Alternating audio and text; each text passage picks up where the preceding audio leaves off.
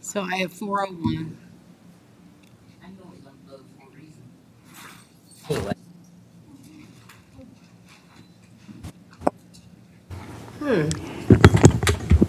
Good afternoon. The Benton Harbor Brownfield Redevelopment Authority will now come to order.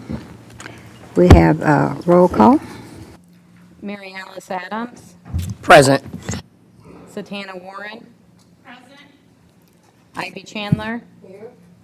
Sam Rosette Yates. Emma Kennard. Here.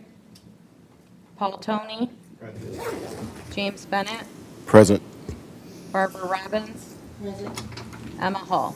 Present. We have a quorum. Thank you. And before we get into the agenda, I want to say that the next item on the agenda is review of minutes. But to the board, the reason why I call for a motion, because once we get a motion on a second on it, we can only talk on that motion. We cannot talk on anything else. And if they do, me, any of us here, start talking on anything else but the minutes or what else is on the floor, then you call for point of order. And when you call for point of order, they're supposed to stop talking. And if they don't stop talking, you can call for the question so that we can vote. Now, when they talk too long, you call for point of order. That'll shut all that down if they start talking off the wall. Going to New York, Chicago for to get back. Point of order. Thank you. Now, y'all got that straight? Y'all got it? Yes, ma'am. All Yes. right. Because we got to be out. We got the summertime, getting ready to be Point of order. minutes. We have the review of the minutes.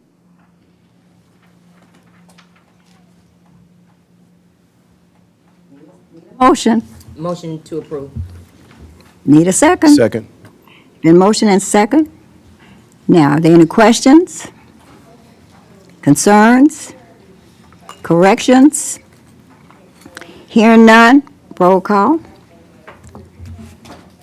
Adams. Yes. Warren. Yes. Chandler. Yes. Kennard. Yes. Toney. Yes. Bennett. Yes. Robbins. Yes. Hull. Yes, Motion carries 8-0. thank you. Okay, so that doesn't open it up for discussion? I had discussion. Oh, okay. Next, communications. Well, I'd like to start, as I didn't have this information when the packet was put together. We do have a new board member, so I would like to welcome officially Barb Robbins to the board. Thank you. Now, since you open it up like that, Robbins, would you want to say something and tell us why you want to be on the board and give us a little bit about yourself? Push that button right Push this button right I can here. hear you when you talk. Bring it to yourself. Bring it Sure, up. sure, Yes, you Commissioner, can bring it up. Commissioner Santini, sure how to do You it. have to hold it. Bring it up, pull it up. You pull it up. You have to hold it, dear. My name is Barbara Robbins. I'm a resident of the city. I've worked here in Benton Harbor, Whirlpool Corporation, 26 years. Benton Harbor Area Schools as a teacher, and now I'm retired. And I just glad to be here. Well, we're glad to have you. Welcome. Thank you for participating on the Brownfield Redevelopment Board. Thank you. Okay, next, communications. So next item is I will be on vacation out of state next month, so David Stedjink will be staffing the meeting. So many of you have met him before. He's the manager of our Brownfield services at Fishbeck. Those of you that are new will meet him next month. Thank you. Next. The next item is that we have received all of the tax capture for the 2025 tax year, both winter and summer tax captures, Fishbeck has been working. We have that spreadsheet all updated to understand which parcel and how much has been collected. So the next steps of how we'll use that data will be to prepare disbursement memorandums that will go before this board, and we'll also use that for annual reporting in August. Thank you. The third item is that Michael Hoy, who is present today, had reached out to me after the meeting. He attended last month's meeting, but he wasn't available for the public comment. So we just reached out about his project at 292 Bellevue Street. Not currently ready for an ask, but I did share the project application with him, so he has that information, and he's currently working through some feasibility studies and evaluating community outreach efforts. Just a moment. Do you want to come up doing public comments and tell us what it's all about? Okay, thank you. Go ahead.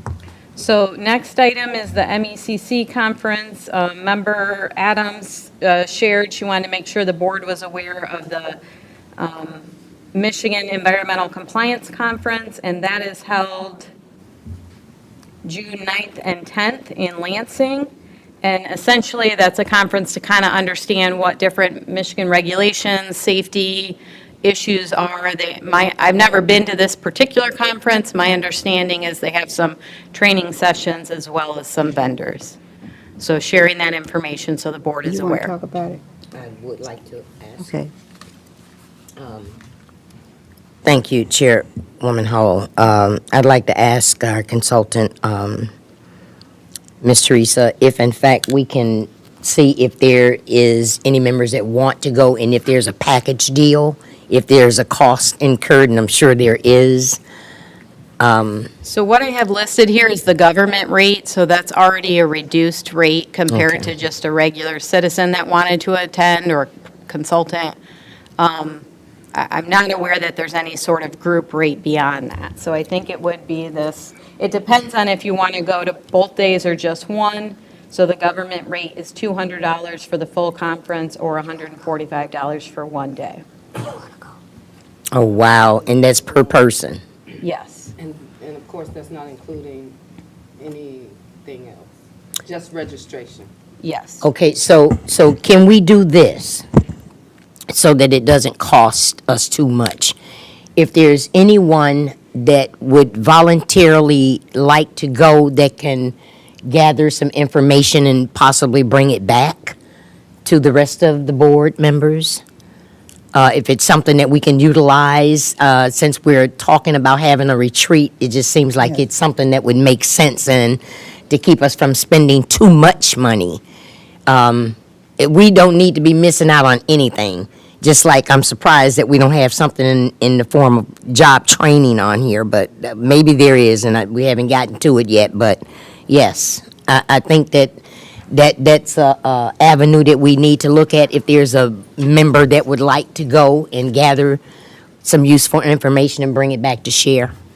I'm checking the date. I believe if you wanted to look into it and report back to the board, so next month's meeting is May 14th. That is before the deadline.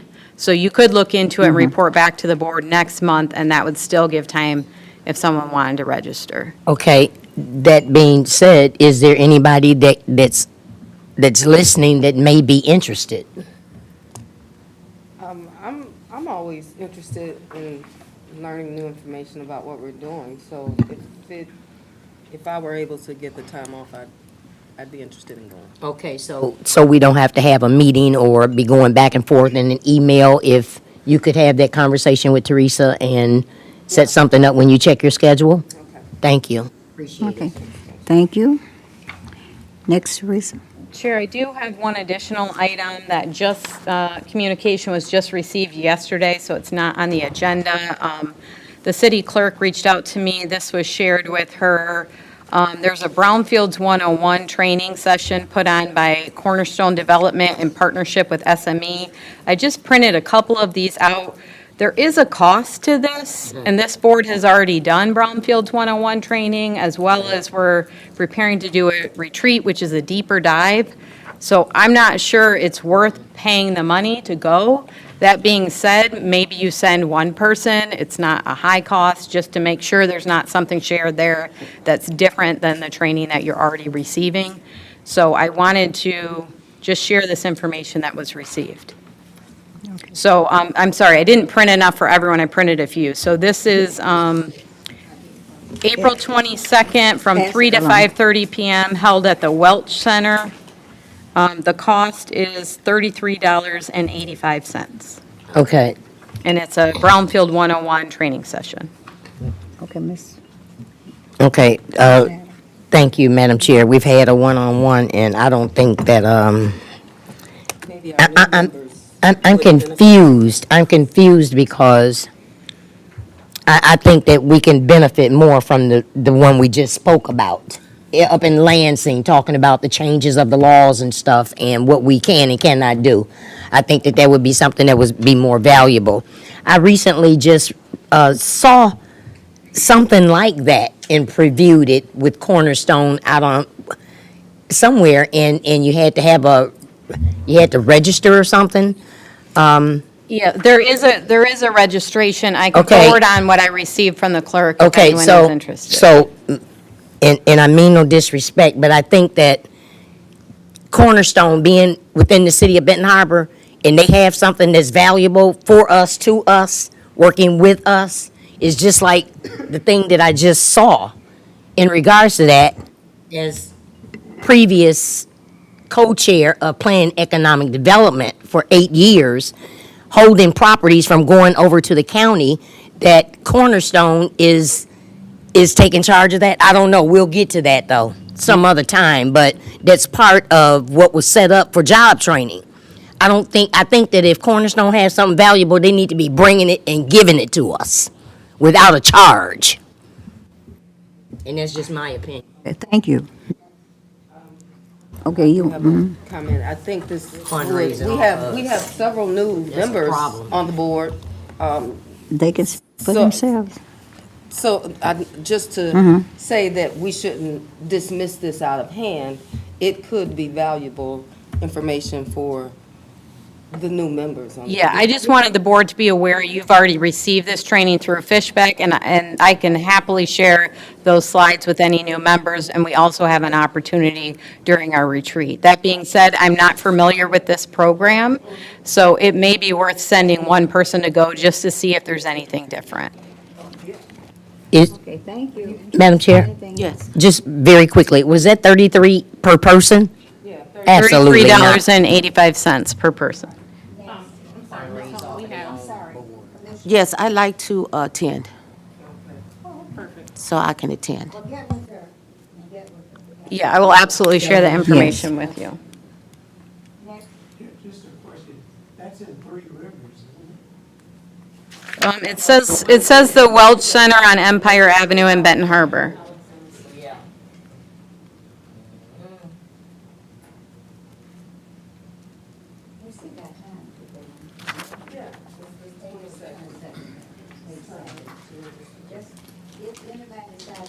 Want,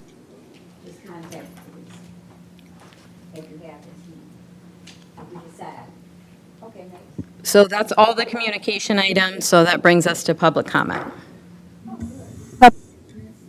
This portion is open for public comments. They step to the podium, say your name and address, and speak your comments, and keep your comments to 3 minutes, please. Thank you. Very good. Hi, my name is Michael Hoy, and our project is located at 292 Bellevue in the city of Benton Harbor. It is the oldest church in Benton Harbor. This is the fourth version of the church. The first church is from 1866. So this is the fourth version of the church. And I can tell you that we are a nonprofit 501c3. You can check us out on Facebook at the Legacy Group of Benton Harbor. And we will be doing a feasibility study about the second week in May. And it's with a firm out of Detroit called Reed Walker Design Collective. And they're coming here and they'll also be doing a historical structure report. The historical structure report is really the foundation of what we really need. It really will tell us what we have there. Marsh did a preliminary one for us, just to say that we were secured and that the bell tower goes 20 feet into the ground. We actually have all the blueprints from 1922 from this church. And Marsh has been good enough to us to go ahead and digitalize those, which is going to help us, again, get that out to our contractors and all the specialized people that we need to do this project. As you know, we are fortunate to have the last original Skinner organ of its kind, which was a gift from Mr. John Clock. And to have that is truly something. And the bells in the bell tower were done by the Neely Bell Company, which is the same ones who did the bells for the National Cathedral. The stained glass that is in the building is actually Tiffany glass. That's above the altar. And that was a gift from the Miller family, who have new products and things of that nature. So I was able to get this from Kathy and to look over it. There's a lot that I can't give you right now, but doing our feasibility study and our historical structure report, it'll allow us to bring in the contractors and the specialized people that we'll need to do the work with the property. So you'll be hearing more from me. Okay? Thank you. Hearing none? Thank you. All right. Thank you so much. Good luck. Next. Any more public comments? Public comments? This portion is open. Hearing none, this portion of public comments is closed. Next agenda item.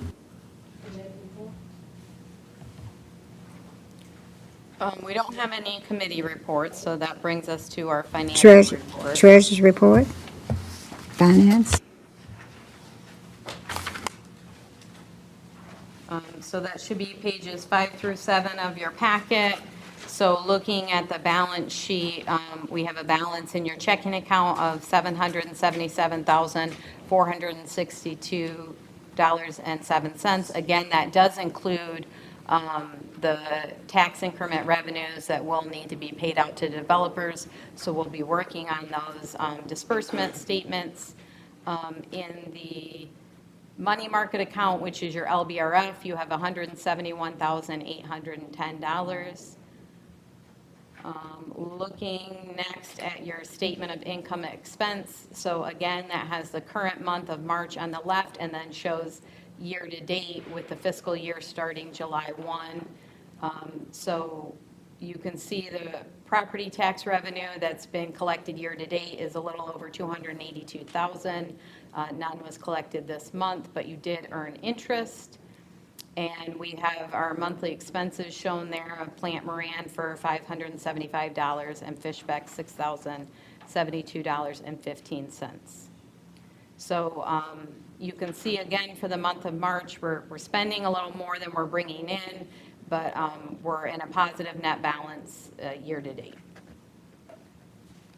The motion to approve. Motion to approve? The second. Support. Questions? Questions? Concerns? Comments? Commissioner Adams? No. None? Anybody? Okay. Yes. Mr. Ben, She said that we're spending more than we're Yeah. bringing in. What are you referring to? On a monthly basis or on? Yeah, so just if you look at that statement of income and expense, so I think that's page 5. You can see your total expenses are $32,712, and we didn't bring much revenue in. So it's just showing that for that month, we spent more than we brought in. But, I mean, everything is an ebb and flow. Like the tax increment, you get in roughly twice a year, so that'll be a big jump in certain months. So it's not problematic that we're saying this particular month we spent more than we brought in.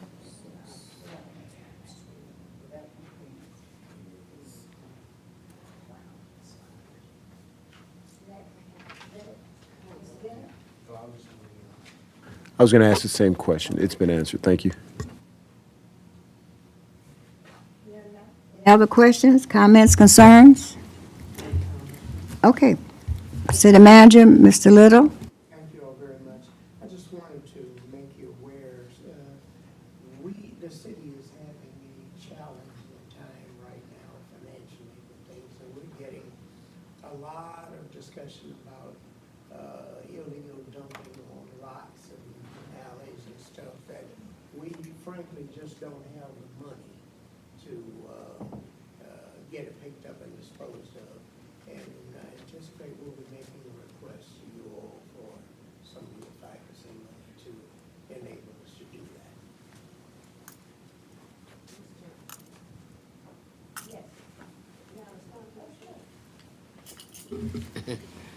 I mean, this has been an ongoing problem, and it's probably not gonna stop, but I thought at one point that there were cameras or something that were put out in those heavily dumped-on spots to find out who was doing it, assess a fine. Do we have those cameras? Is it, We have some cameras.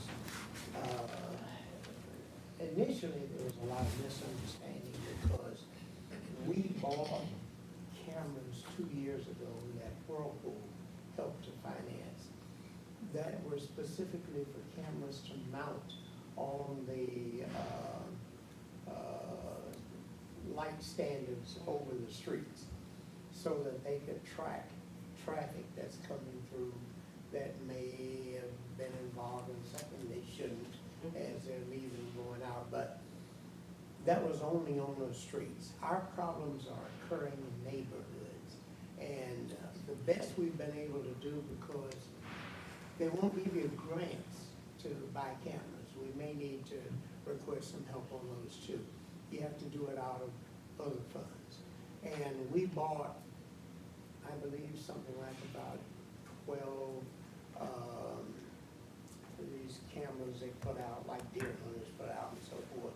And we put those in different places. But this is all over the city. We just don't have enough. As a matter of fact, this past weekend, and in fact, we've started experiencing something new in addition to the dumping. We've got people that have become aware that this city has some very expensive walnut trees growing down along Ox Creek, out in the cemeteries and so forth.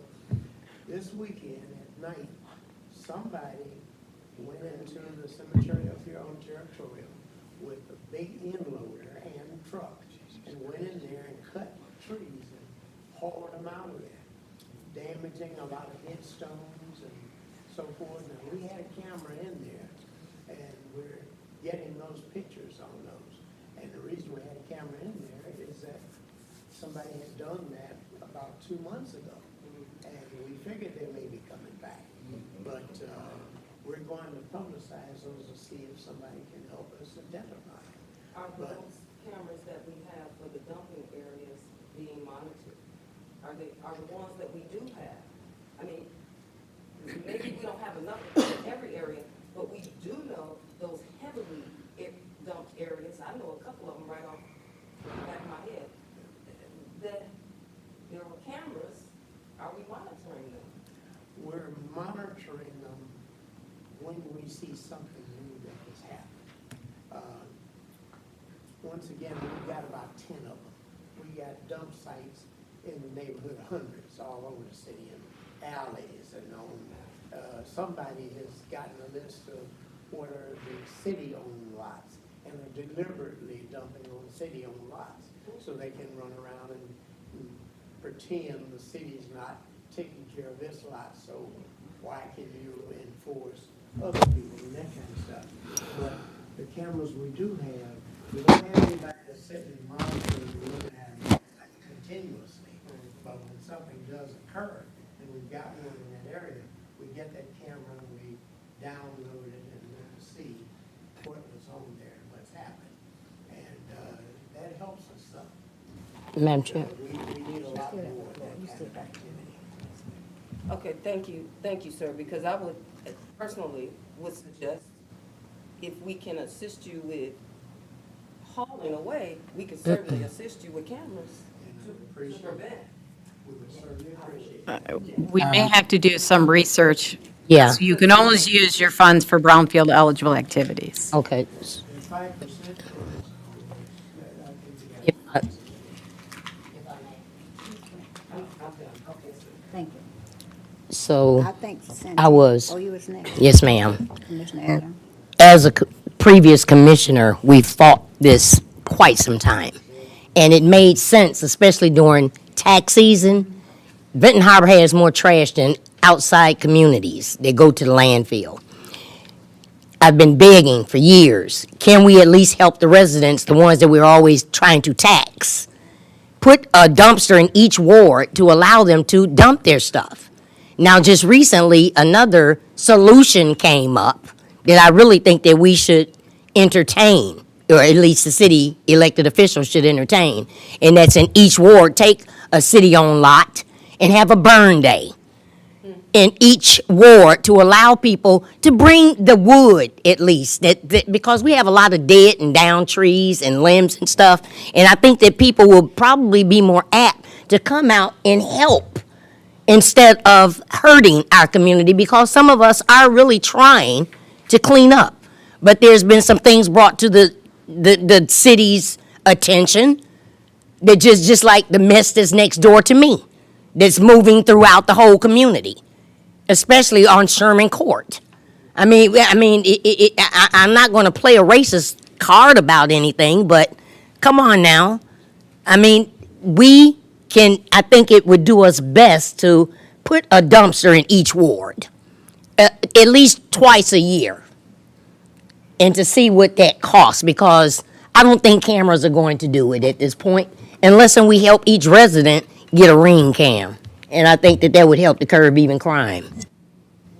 It sounds like you have some great ideas that may be solutions. It may be worth bringing those up during a city commission meeting. I will remind you that we do have a motion on the floor regarding the financial report. Just a moment. We do have Commissioner I Warren. had something quick. So the magnitude of dumping, I don't know if anybody realizes it. So I just rode around. My ward is one of the smallest wards in the city. And even if you had a dumpster, it wouldn't put a dent in how much stuff is being dumped. I mean, it's shameful. Mattresses, furniture. It's embarrassing. And I don't know, we don't know who it is. And even if you said, okay, here's some cameras, I don't think there is enough cameras. I can't even explain how much trash is being dumped. Some people who have alleys, the entire alley is filled with trash. So definitely need to get it cleaned up. I don't know if polluting the environment is the answer by burning it. I'm not really sure what the answer is, but it definitely is a huge problem, as Mr. Little said. I just want to make sure everybody does know. If you have 30 minutes and you drive around the city, you will see what I'm talking about. So. Are you finished, Commissioner Santana? And, Commissioner Kennard? Thank you. This isn't a brand new problem. This is something been going on for quite a number of years. And I thought that we had in the budget, each year we have a budget, that we could eliminate some of this, because we have even bags of leaves that people have tried their best to sort of offset some of the problems that we have, just to keep the drains open. And I've seen where someone has come along and pushed it up on the tree lawn. Well, then that sort of smothers out your grass. And all of these leaves there, we don't even use the street sweeper equipment that we have there to be used to even help offset some of the problems that we have.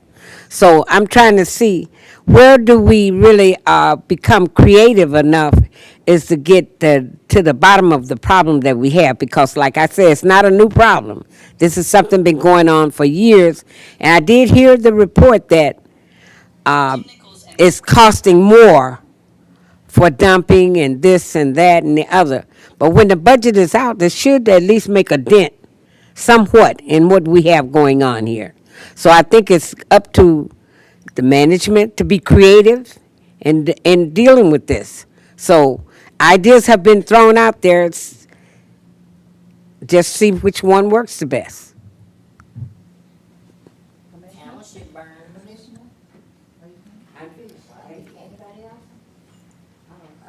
Mr. Little? Just one final comment on that, because, we have certainly different views on what might work and what might not.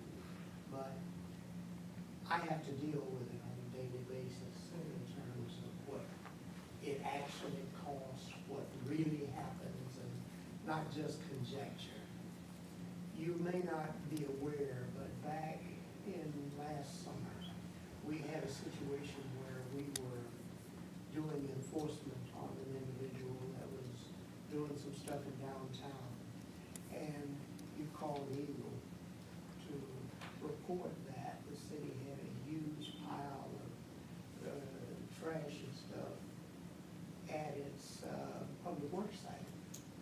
Eagle came in and cited us, and the only thing we could do was get rid of it.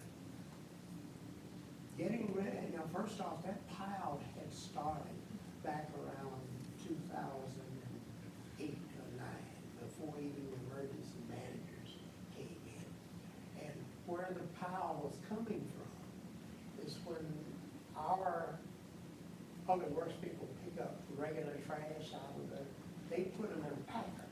These trucks that you see, that they put them in the back, and the thing packs them down as tight as it can.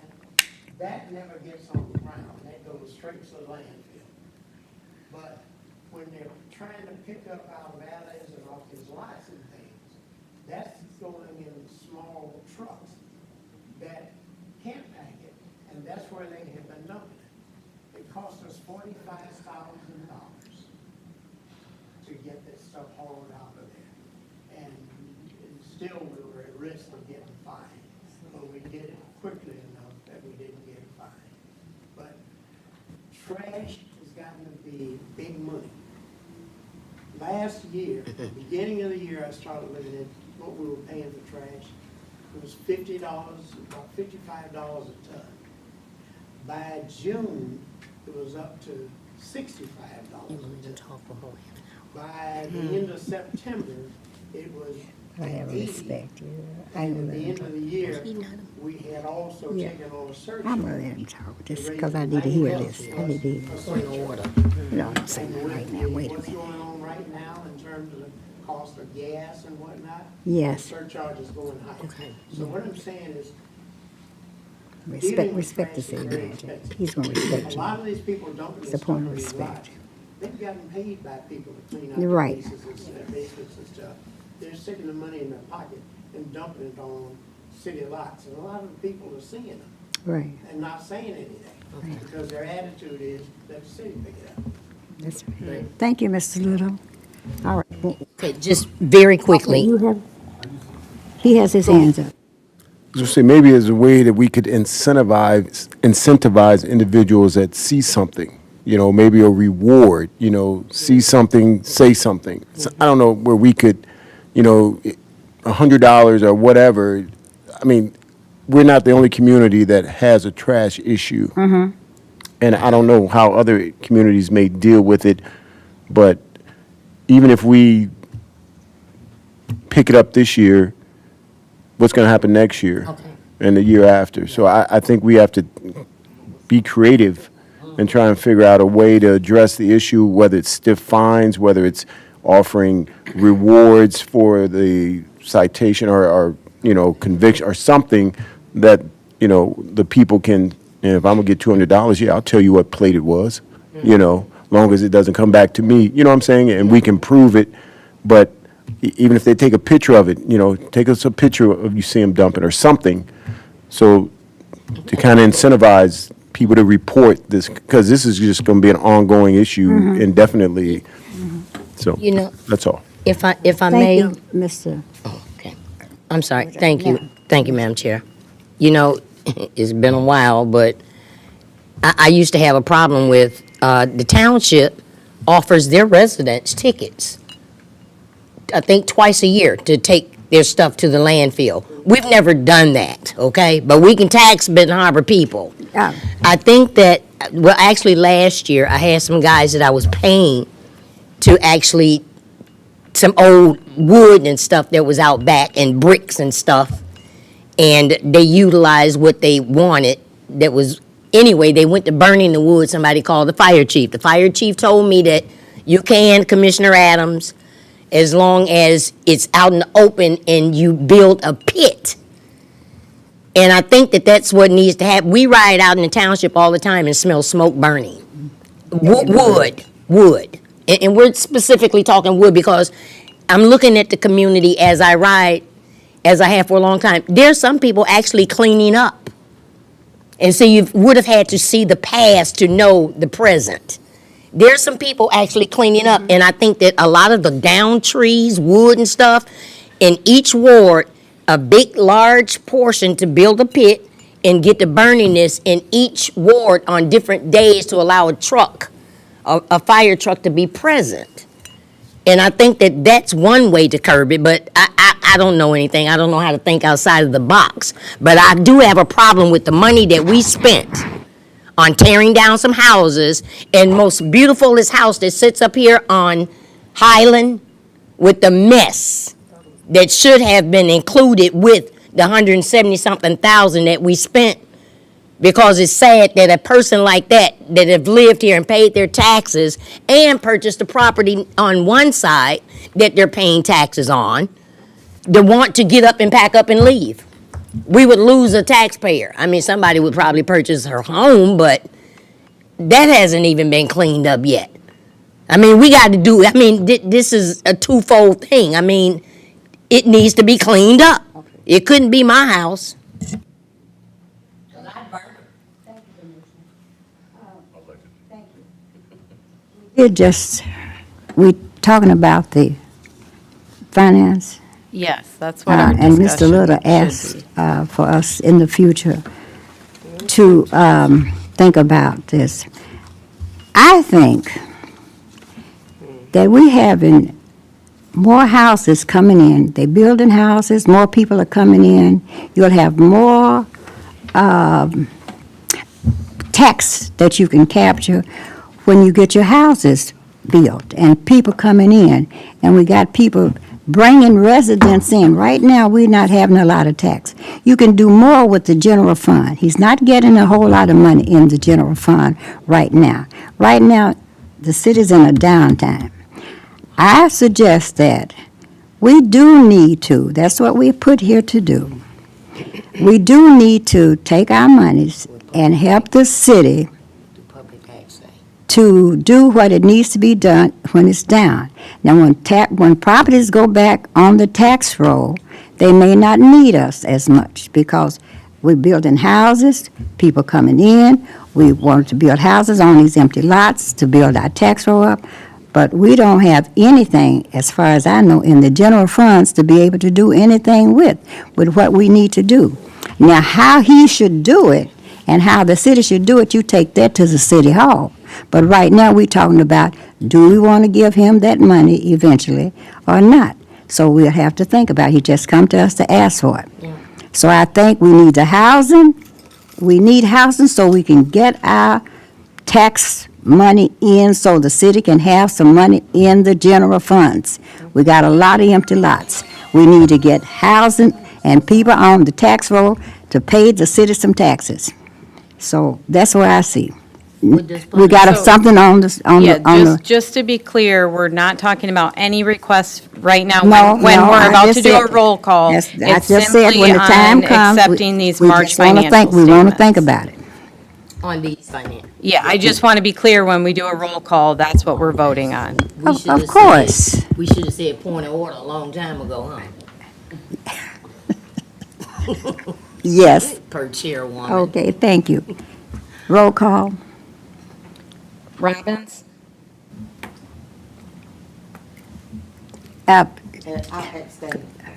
Okay. Yes. Warren? Yes. Adams? Yes. Chandler? Yes. Kennard? No. Tony? Yes. Bennett? Yes. Bill. Hall? Just a picture, yeah, finance. Chair Hall? Okay, financial statements are approved, 6 yeses, 1 abstention, and 1 no.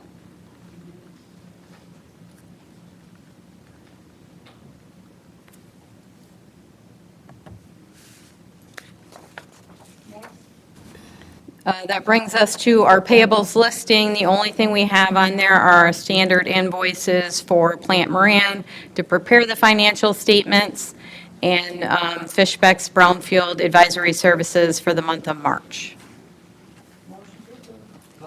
Motion to approve. Second?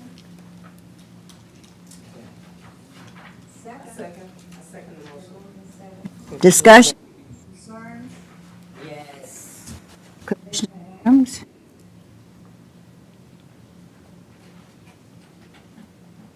Next, concerns? Hearing none? Roll call. Adams? Yes. Warren? Yes. Chandler? Yes. Kennard? Yeah. Tony? Yes. Bennett? Yes. Robbins? Abstain.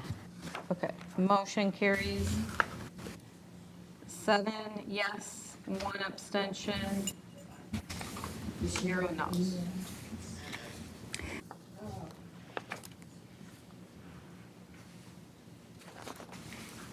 Okay. Next.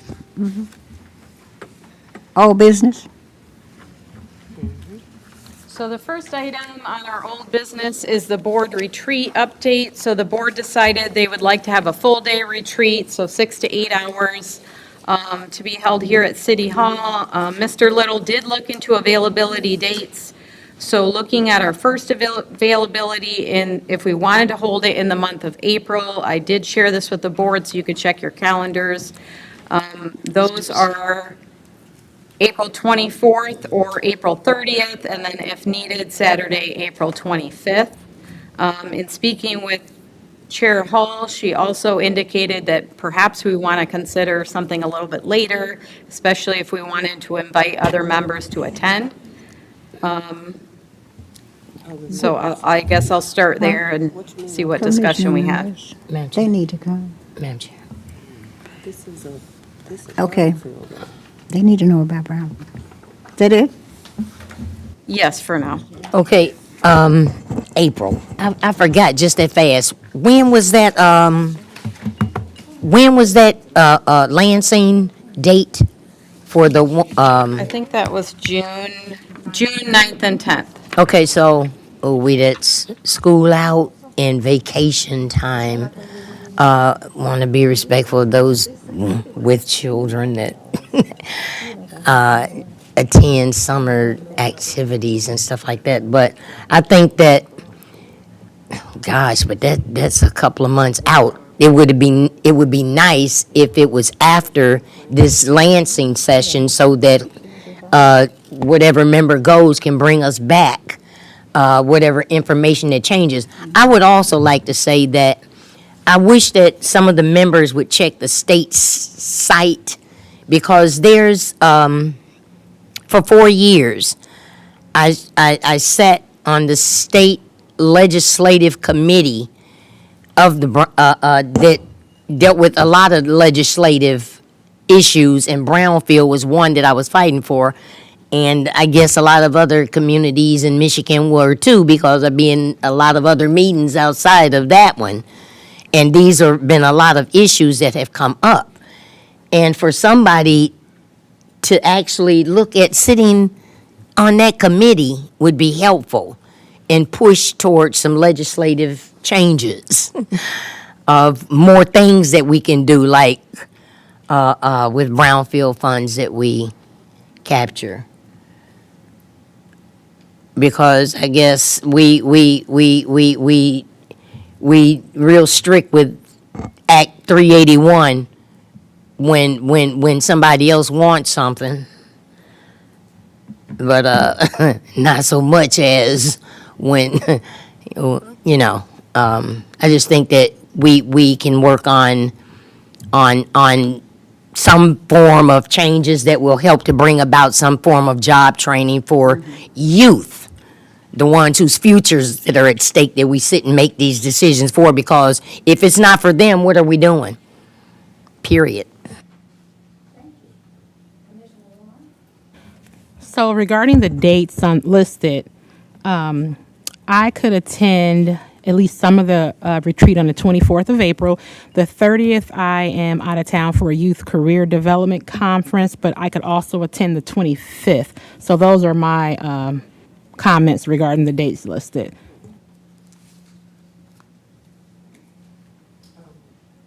I also am totally flexible with either of those dates.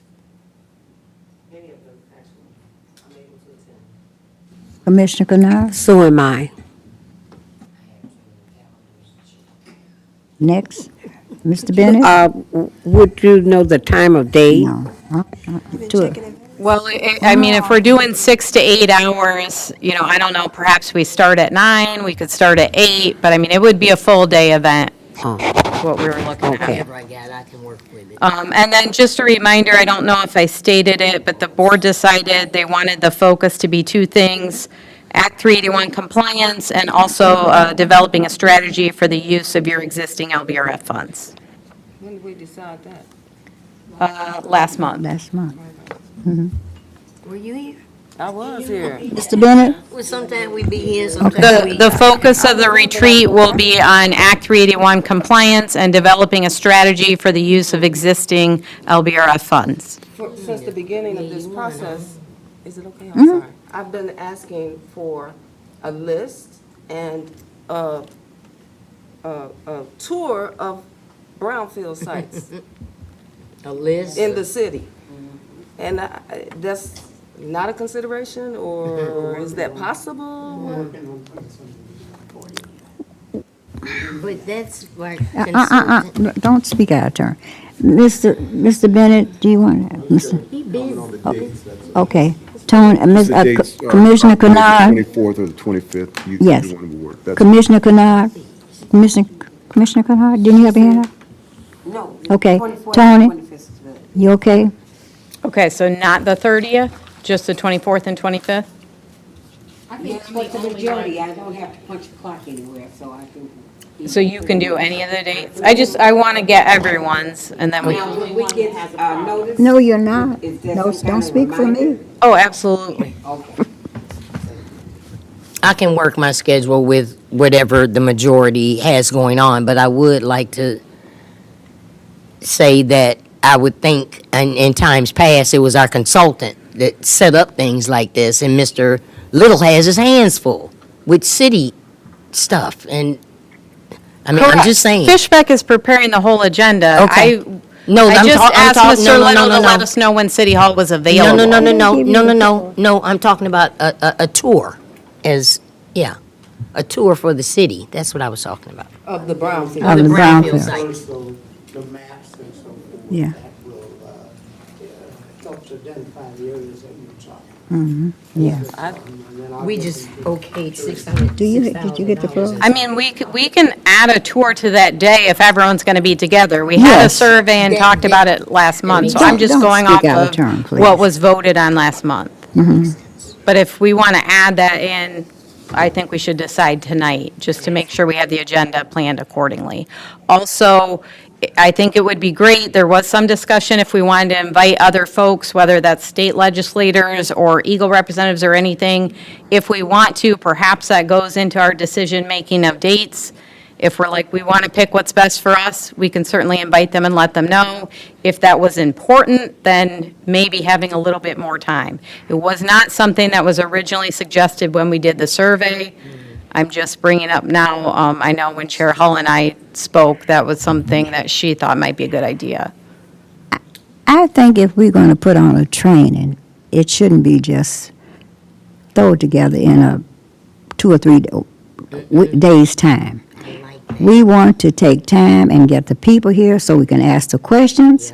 We even want our citizens, if they want to come, we want this open to the public. Greater understanding. And we need a greater understanding so people can know when they come to make a application for, you said we not getting much money in because we have not had any developments, people making any applications for developments.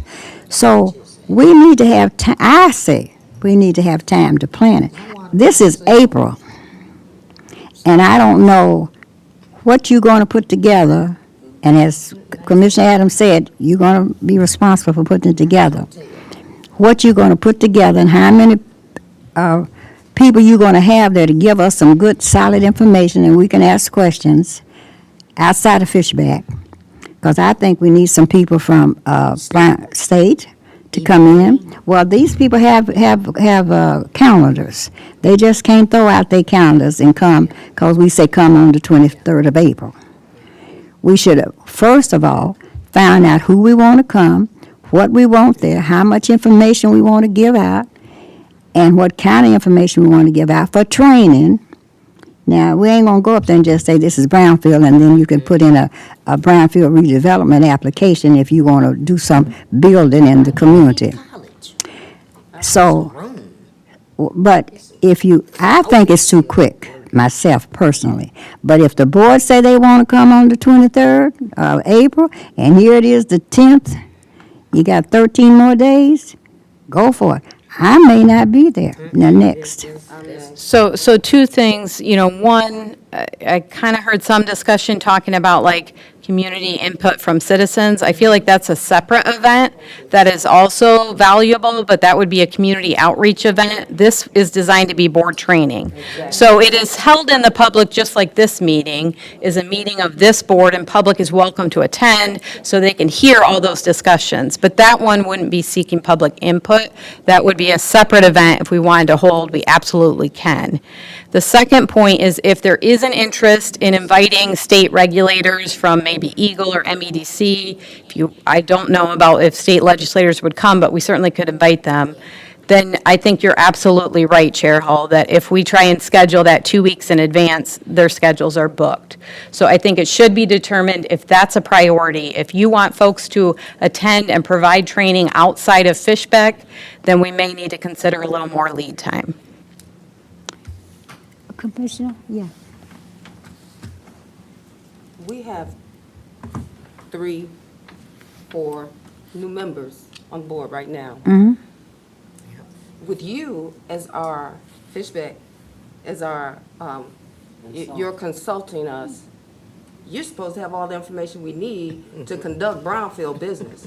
So I think that the information you have for Brownfield 101 or whatever else that might include is enough information to get us started in our basic fundamental how to proceed kind of way. And I don't think that should be held up another month or two. We started this discussion in February, and I understand governmental red tape, but I don't see the need to keep putting this off. Or if we need more, like some people from state or somewhere else, surely you can advise us as to that. If there's information you don't know that we need, you can tell us who we should get that information from, right? Correct. So, I mean, my recommendation is that if you want basic foundational training, how to move Basic. forward, then let's do it sooner than later, and Fishbeck can conduct that. If you want representation outside of Fishbeck, then we need a little more time. No, I don't think it's likely we're going to get much from legislators. I think if you wanted to maybe have Doug Coop with Eagle come and a representative from MEDC, there could be value in that. Those have a lot of programs that align well with what you're doing. Again, I can't speak for their schedules, but likely they would need a little more schedule. So I think that's the big thing that you guys need to decide. Do we want to stick with what we said we wanted the focus to be and just start there with Fishbeck? Or do we want to broaden it and then give more time? That's the main decision right now. The heart of a board retreat is for the board, for board training. yes, So yes. I think that's what I'm looking at, and that's what I was suggesting when we first began this, Okay, is board training. Yeah. And if Eagle or someone else, if we need something more specific to projects or project management or how we, then that's, I okay. think, at a later time. Okay, go ahead. Is that it? I, Okay, next. I actually agree with, Commissioner. Chandler. Authority Member Chandler. And I think that something got confused in translation because I thought that we were just thinking about inviting some others that may be able to give us some input, but I think she'll gather that information when she attends this session in Lansing. And as long as it's open to the public. I mean, because if they come and they can hear and ask a question in the flesh and get an answer of what the Brownfield is and what they can and cannot do, because some people don't have the internet, and I get questions all the time, and I just tell them to come down here because this is where they're supposed to come. At least they have in times past to get their answers during public comments or just during a basic conversation amongst us. But I would hope that when we set this up for the board members, that at the same time you would bring us back some dates for those others on a state and federal level, because funding and everything has changed, and it would be good to for everybody else to hear that, because I'm so full of it that I said in all these sessions that there's no way that I could explain it. There's not enough time. Another option, and this might have been shot down last month, but would be, for example, just say we did the April 24th. We could do a half day. And I mean, you don't have to necessarily do 8 hours in one day. You could do a half day directly with Teresa, and then the other half of the day could be, I don't know, a month or whatever the time that would be needed to bring people in if that's what was so desired. Because, I mean, in my opinion, sitting somewhere for 8 hours taking in information is not necessarily what I prefer to be doing. You kind of want to give your brain time to digest the information, and this is just my personal opinion. An 8-hour day is a long day of just having someone talk to you in theory. If I may, I totally No, agree, Mr. because no. I'm still healing and I can't. Commissioner, Mr. Little had his hand up. You just got through I'm a talking. board member. Yes, but I just Yes, Madam recognized Chair. you. Nick, With go all due ahead. respect, yes. Thank you. If I might, Thank you. my professional opinion, public does not belong at your retreat. Okay. Thank you, sir. Your retreat is for you. Okay. And what I would like to suggest to you, whether it's in one retreat, and probably would be better spread across several sessions, is not only your basic fundamental Act 381 exposure and training, but then you've got the modifications done for housing. I'd That's like right. for you to get exposed to the other tools that Brownfield works in concert with. See, one of our problems here is that in some of the stuff we've done in the past, there hasn't been a recognition of the fact that that there's more than one objective. One is to help get the development to take place. But that does a little good if it doesn't also help the city, because that's the whole purpose of it being here. For example, pilots being done in concert with Brownfield, because what occurs with your typical tax abatement type program, such as Brownfield, is you'll get situations where you put a project together, which is good, and things, you're getting your building and so forth, but it may be 25, 30 years before Diane comes into the city's coffers. And the city still has to provide police protection, fire protection, inspections, all the other services, streets, curbs. But we haven't been operating like You know, that. That's the and city there's no been. money coming from that project, but a pilot wrapped around it that pays in lieu of taxes can help to overcome that. There's also ways in which 100% of all the tax revenue doesn't have to be pledged. As a matter of fact, in my last discussion with the state, they were saying that on many of our projects, if at the same time we start them, we submit them for MEDC and MISTA to review, they can participate. Where instead of That's why we need. your I've been telling, tax look, roll losing all of the income, they would give up part, and you would get part. Then there are dozens of other programs that work in concert with Brownfield and. Now, I'm gonna talk. other- I'm gonna- They're all kind of tax abatement programs. Yeah, after, yeah. And I think what we want to do is not only understand what the regulations and laws are, but what options do they give us to where we can Respect, benefit the most by respect. accomplishing what we're trying to do, and at the same time, assist your city in being able to move forward. Thank you. You have your hand back up. Yes, ma'am. I absolutely agree that we should also cover those other, other programs that work in conjunction with what we do. But I think They that we always could get existed. more from the beginning of this, because what I noticed with the person who is coming today to make a request for this brownfield is that in his contract, it was an employ if you can in the city or from among the city residents, but no one was ever employed. In other communities, Grand Rapids, Kalamazoo, all of their brownfields are contingent upon employing local residents from the beginning. And it has to be done. Many of their brownfield plans have that condition, and I think we should also include a condition in ours of employment of local residents Yeah. or of local companies, and then however it's done, we're seeing some return from the beginning. Is that a motion? And that's a No. topic- No. And that's a topic that would be very important to include in your retreat. Yes. Because there's some reasons and some limitations on that. Mm-hmm. And make it Federal bad, dollars. There are some limitations on it. Federal dollars are federal dollars, though. Okay. I mean, So Yes, no, just a moment. I Sum it think up. that we have some time during the retreat, obviously, to explore some ideas. We want to have agenda and a focus, so we're not all over the place, and we may need to hold a second retreat.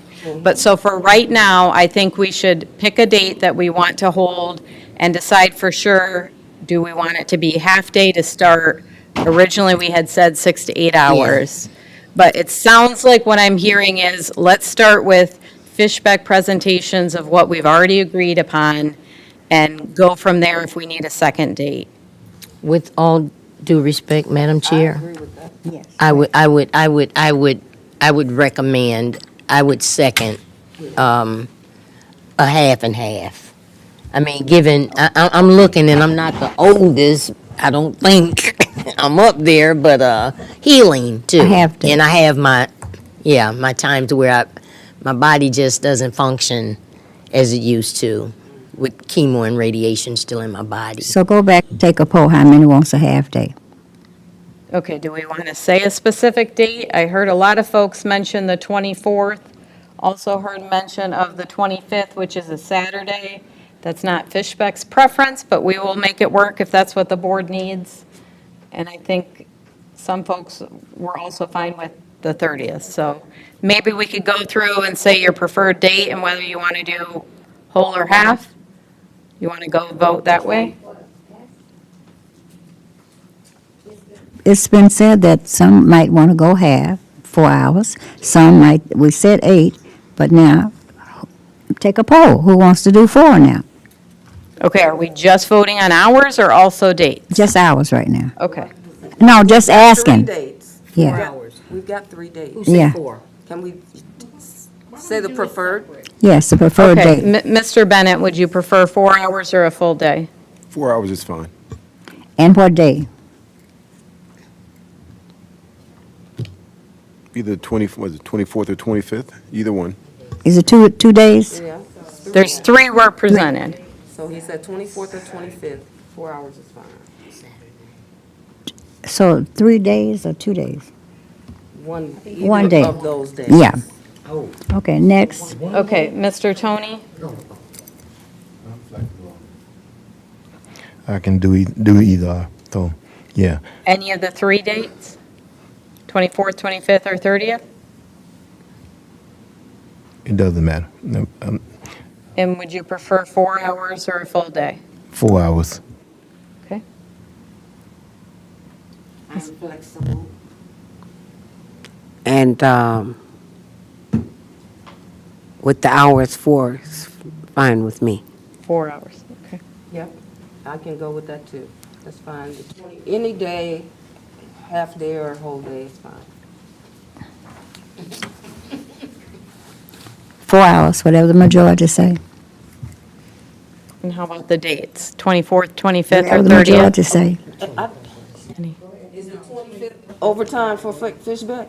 Because I may not even show Well, up. I'll do my best to try and get a date off somewhere else, but I don't know if it'll happen, but. No, what I'm asking is. Oh, as far as the is charge? Saturday Yes, but- overtime for I don't, Fishback? I don't think we would charge any more. Okay. I don't think so. Is there a cost anymore? How much? Well, there's our regular rate, absolutely. Oh, okay. Next, baby. 24th.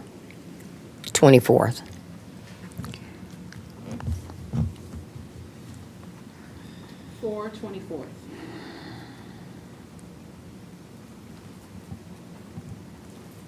Retiree. For 24th or What time? 25th.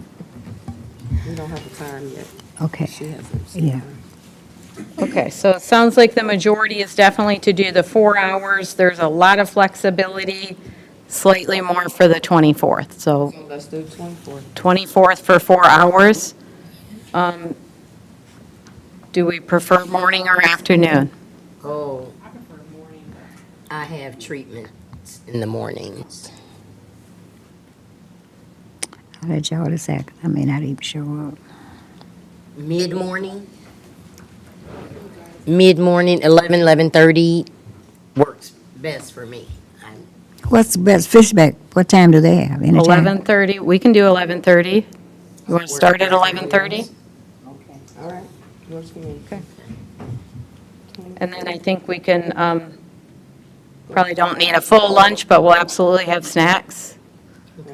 I think that I can look into that, and that can be considered a retreat expense. Can Absolutely. do a full lunch? Yes, we I can. think I might be too hungry. You said snacks, and we're gonna be here from 11:30 to 3, Till 5. or to 5 still? Well, if it's Just just like a like half a Mama's? day. Well, I guess that's more what I was thinking. If it's a half day, you wouldn't typically do a full meal, but. But since we're starting at 11:30. Can we get just could like do Mama's? lunch and then start at 1 to 5 for the retreat part. Can we get just like Mama's? We could start in the afternoon. Look, I'm singing a song. Yeah. It's a social. Can we get just like Mama's? No. I don't One know of our what that local is, but restaurants? I would absolutely start with supporting local businesses first. Okay, just like Mama's. Okay. No, we're not doing Mama's. Why? I ain't. Okay, so we're going to start at 11:30. I'll look into options to make sure you're fed so you can focus. We'll do 4 hours. We will include some breaks. Okay. All right, great. And then we can decide after that if we need round 2. That'll give everyone some stuff to think about for what we may want to focus on at a different time. Okay. Thank you. Next. Okay. Next on our agenda is an update regarding the Kings Court loan agreement. So just as a reminder or a recap for any of our new members, this board has voted to extend a $25,000 loan out of your LBRF. There was already a $150,000 grant that had no repayment obligations.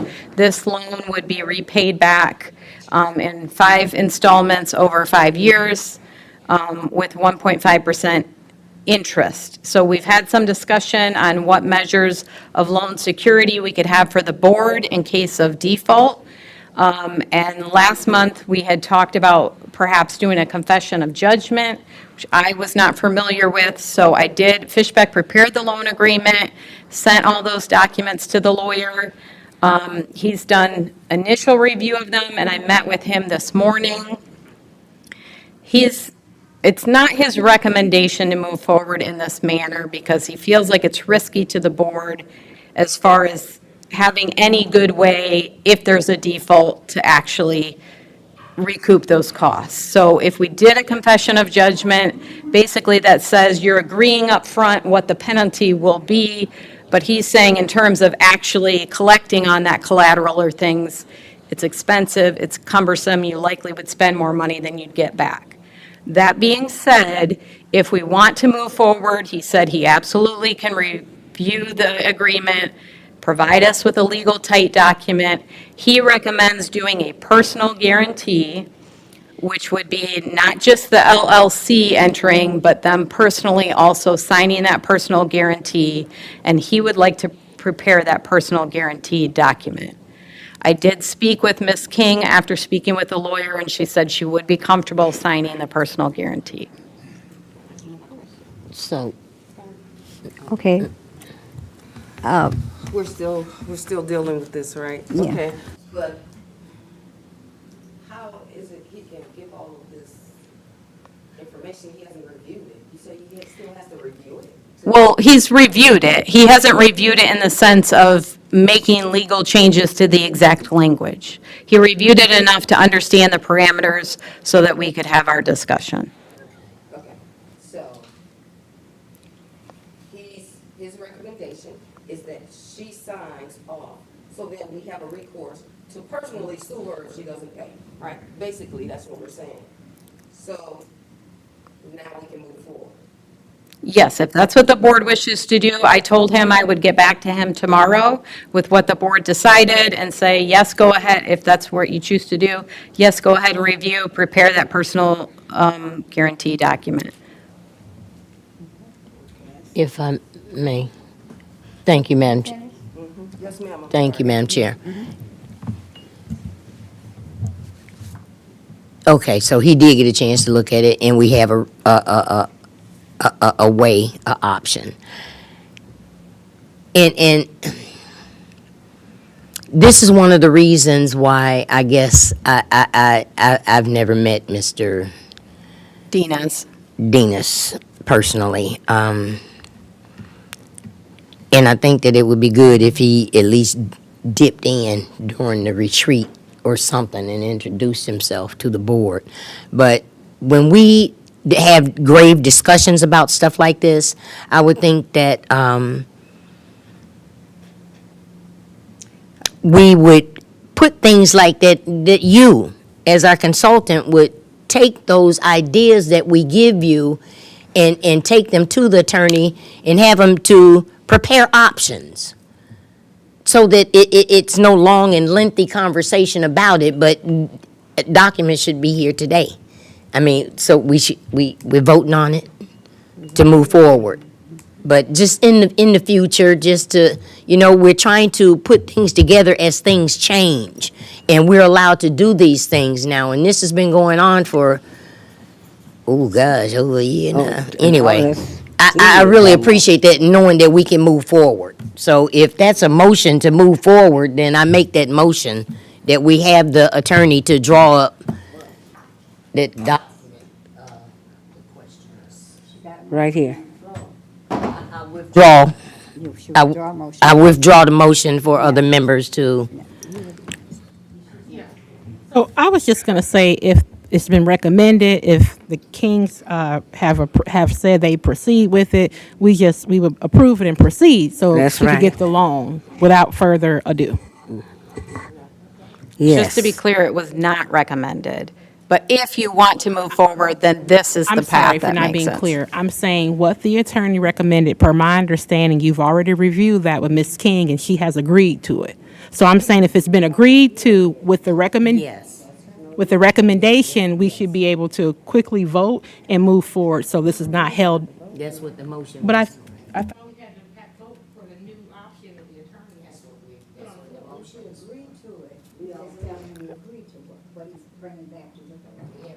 Well, we agreed to move forward with the terms of the agreement. And then there's really only 3 weeks in between each month for me to do work and then get the packet out. So Fishbeck prepared that entire agreement and sent it to him. That's why these things just take time. It feels like they should go quicker, but this is a legal document of something that's never been done before by this board. That's my point. And so, We expand, and when we share these things and have those conversations in here, that you as our consultant are listening and taking these things and putting them down and having this conversation with the attorney prior to, and bring those options back to us so that they're already in place. yeah, the personal guarantee is a little different, so I do think for documentation's sake, if that's the route you want to go, it would be helpful to have a formal motion, then we have it documented in the minutes. Miss, No, I just know we had voted on this. oh, no, so we're going to make a motion to, Just let everybody talk. And you was talking to somebody past me. Okay, I thought you were talking to me. I just want to make a couple comments. I know the decision to approve this loan was made prior to my coming on the board. Also, I've heard where this is something that has not been done before. Personally, I think we are in dangerous territory when we agree to make loans because we are not a bank. We are not a lender. We don't lend. Normally, we give grants, which are non-repayable if they meet the prerequisites. Now, you've set a standard that others will come in and say, you gave this person a loan. I want a loan. I meet the criteria. And I just think that's not what we do. If they meet the criteria to get a grant, then we give grants. But I don't think we should be charged with overseeing loans. We're not a savings and loan company. We're a board, and we give grants to those who meet the criteria. Just a moment. I just think Hold on his point. I just think it's not a good road that we're traveling down. I think Okay. the ramifications outweigh the benefits if we continue to go this way. Thank you. That's a tool that they have that she brought. Okay. That's a new tool that we could use. We're not doing anything, setting no precedent. They are setting up, she brought this to us as our consultant and say, since she didn't qualify for the Brownfield, there are other tools you can use. She said you can give a grant, which you said, and then she said it's a possibility you can do a loan. Well, So Madam Chair. Yeah, clarification, so I didn't bring forward the recommendation to enter a loan. That was a request from the developer. Right. Yes, This but board absolutely can give loans. That is Exactly. within statute. Yes. Typically, how boards do that is they would be reimbursed through the TIF and the Brownfield plan. That's why this is different. And what the lawyer said is exactly what Mr. Bennett said. He feels like it's really risky because you're not a bank and you're putting precedents. I asked him if he had seen, other boards do this or this type of format, and he said typically, if he's seen it outside of a Brownfield TIF, it would be on a larger scale project that has different incentives, and you can use one of those as collateral to support the other. So, yes, you absolutely can do a loan. This type of loan without the security is very different than how Brownfield authorities And that- typically do it, and there is inherent risk. Okay, wait, excuse me. I'm waiting. I'm waiting. I'm waiting. And I want to thank you, Mr. Bennett, because when this board first started, we had Mayor Yarbrough previously. God may he rest in power. Was one of the main issues that we will not be making any decisions without an attorney for that very reason. But I will say it again. Please go on the state's website and see if in fact there is a seat available. Actually call the governor's office. And we need somebody on, I'm not, but we need somebody on the legislative committee on the state level to help these type of initiatives to keep moving forward for us to be able to function as a brownfield. Because if I'm not mistaken, in talking to Mark, I think we have like 22 million that we have to work with as a board as a whole, unless something there changes I don't know what as that it relates is. to developments. There was a certain amount that we were given. I mean, And your we're half nowhere of near your there. admin expenses. We're nowhere it's- near there. It's probably around 225,000 or something. I'd have to check No, exactly. no, I'm talking about developments overall as a functioning board that I think each community or something has a certain amount of millions that they can I'm not function aware of under. At the anything retreat, like you'll Anyway, know about this. When anyway, you have a retreat, you'll know about it. Okay, so Yes. anyway, though, I totally agree, and we need to meet with this attorney, because you just basically said it yourself, and so did Mr. Bennett. When we're having these discussions and you know the changings of the laws, have those things prepared with our attorney. So, I mean, because he's never here for us to say, well, could you do, X, Y, and Z, so, yeah, not being hard or Thank you, anything, thank just- you. Next, So I just think we need a point of clarity for anybody that may be watching, because it was said several times that we give grants, like that's a normal thing for us. And we have tax increments, and it's not that we give grants, that's not accurate. I believe Miss King was our first grant, at least to my knowledge. So that's not a normal thing, and I don't want the public to that's a watch tool. this and think that, oh, they give grants out normally, and then we have 1,000 people coming in, and of course, we can't accommodate them. So I just wanted to say that. Thank you. Also, Next. I'd like to say this, I don't see this as without security. She has the properties. Exactly. That this. But we're not doing a lien. So yes, we absolutely have a measure. What he's saying is Loan is attached to. actually enforcing that is tricky. So we will have it on paper, absolutely. Yes, and if we could just, yeah, Can I make a motion? Yes. please make. I make a motion to accept the attorneys, to accept the attorney. Oh, yes, sorry. Thank you. So sorry. I'd just like to ask a question, to get clarity on that loan thing. So it's an unsecured loan with no collateral? And this person, Ms. King, did not qualify for the Brownfield, under the Brownfield rules? This is something new? Can you?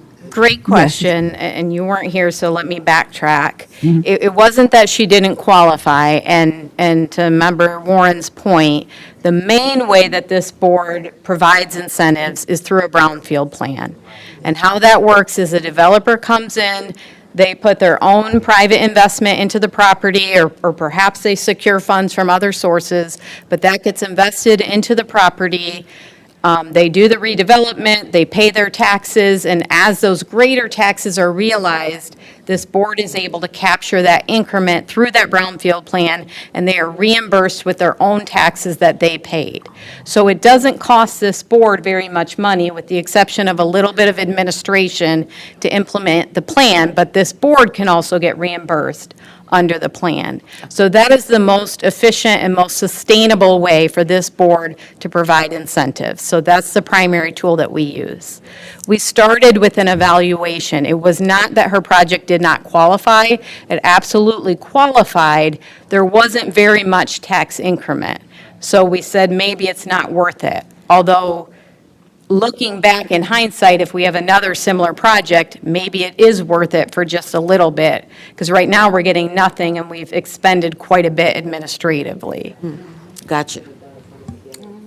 And, Miss, Point though, when you mentioned that, it doesn't cost you anything because it's tax increment, and the taxes that are being paid is being used to do it.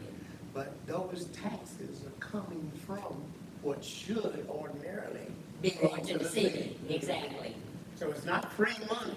And it's not ours or the cities, it's the developers that choose to come forward, that want some of their development money back. But explain, yes, but I want to say this, it should go to the city, but also, once the developer comes, and just a moment, Commissioner Adams, once the developer comes in and develop, don't those taxes go and put things on the tax roll? They'll get money from those developers too? Yeah, okay. Wait, I made a point about pilots. but wait a minute. Need to know about that. Just a moment, Commissioner Adams. First thing, Yeah. there should be a firm development plan. You're right. Okay, It's we, going to be implemented within a firm timeframe that does that. And it can also include Oh, things like a pilot. to cover Okay, costs of point of city order. services Yes. point of order, waiting to receive that. point of order. Those properties that this young lady is working on, no, are. I just heard something though that was misleading, that I think needs not, okay. Thank you. One of the things that I see that Ms. King already have properties that can be secured. They're being occupied. And if she's got properties that they can put a lien towards, I jeopardize that for the amount that she's getting. She's getting so much, the properties are worth much more than what she's asking for, and they're being occupied. So I don't think she would even fathom some way of trying to take an advantage of the situation. So that doesn't make sense. Well, the because- lien was the first thing we talked about, and that was not requested by the developer. Yeah. Is to, If you would want to like- move forward in this manner, it would be directing the attorney to finalize the agreement that Exactly. Fishbeck drafted, and for the attorney to draft the personal guarantee documents. Exactly. So that they And I can would be like- signed at the May meeting. I'm going to make that motion, but I want something very clear. Well, that's the next meeting. Something needs to be very clear here, because it was stated that somebody that's been on this board for quite some time has been putting out wrong information, and it's a blatant lie from any of the old members, because there's only two sitting here. And I would never tell anybody that we're giving away anything. The properties that young lady, it's a business, and they are putting homes back on the tax roll that houses just been sitting and boarded up, the very thing that we complain about. Again, as chairperson of economic development, Pro Tem Seats and I, he as planning commissioner, committee chair, held properties 5, 6, 7, 8 years ago from going to the auction for the very purpose of what this young lady and her brother is doing. That was one of the reasons I sat on that committee on the state level, to help to ensure that the laws of Brownfield changed. I don't talk about stuff that I don't know about. I'm an experienced beautician. I can tell you something about hair too, but I'm not going to. But I'm going to put forth a motion that we have the attorney to put together that best option to allow the Kings to move forward with the monies that we have already agreed upon, but under the stipulations of, This is just feeling pretty vague. Can we direct what was recommended with the agreement and the personal guarantee? the recommendation of the attorney. The recommendation of The Attorney agreement Venus And the personal guarantee. and the personal guarantee. Can we add to that, please? Yes. Because I don't think that we need to wait till next month. We can get it before then, and we need to have a public meeting in order to review that document and sign it. I think that's as efficient as we can get. And you said you would speak to him tomorrow. Yeah, I let him know, I would let him know in the morning what the board decided, so to no, I don't get him vote going second. on it. Yeah. Okay, next, you next. I'm sorry, Commissioner. Yeah. She has another comment. Oh, okay.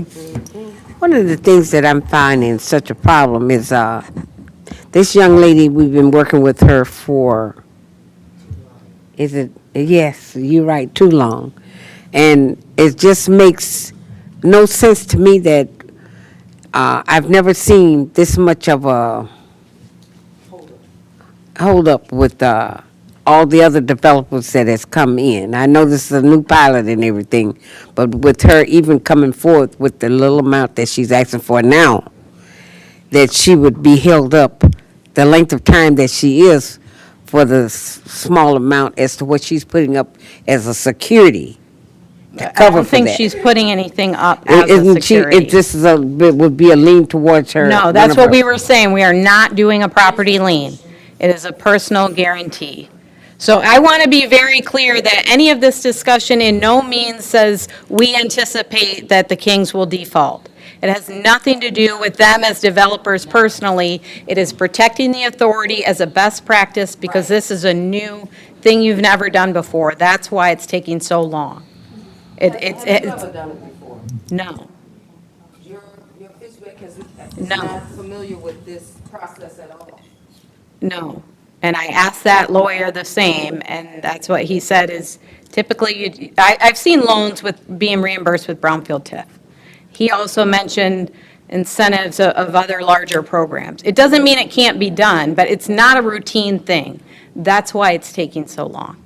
And it's just a means of protecting the authority. It's not saying anything particularly about this developer. So right now, we have a motion, we do not yet have support. Thank you. Okay, so then we've got is there a motion? If we can do this, because here's the situation as I see it. The board has approved the loan.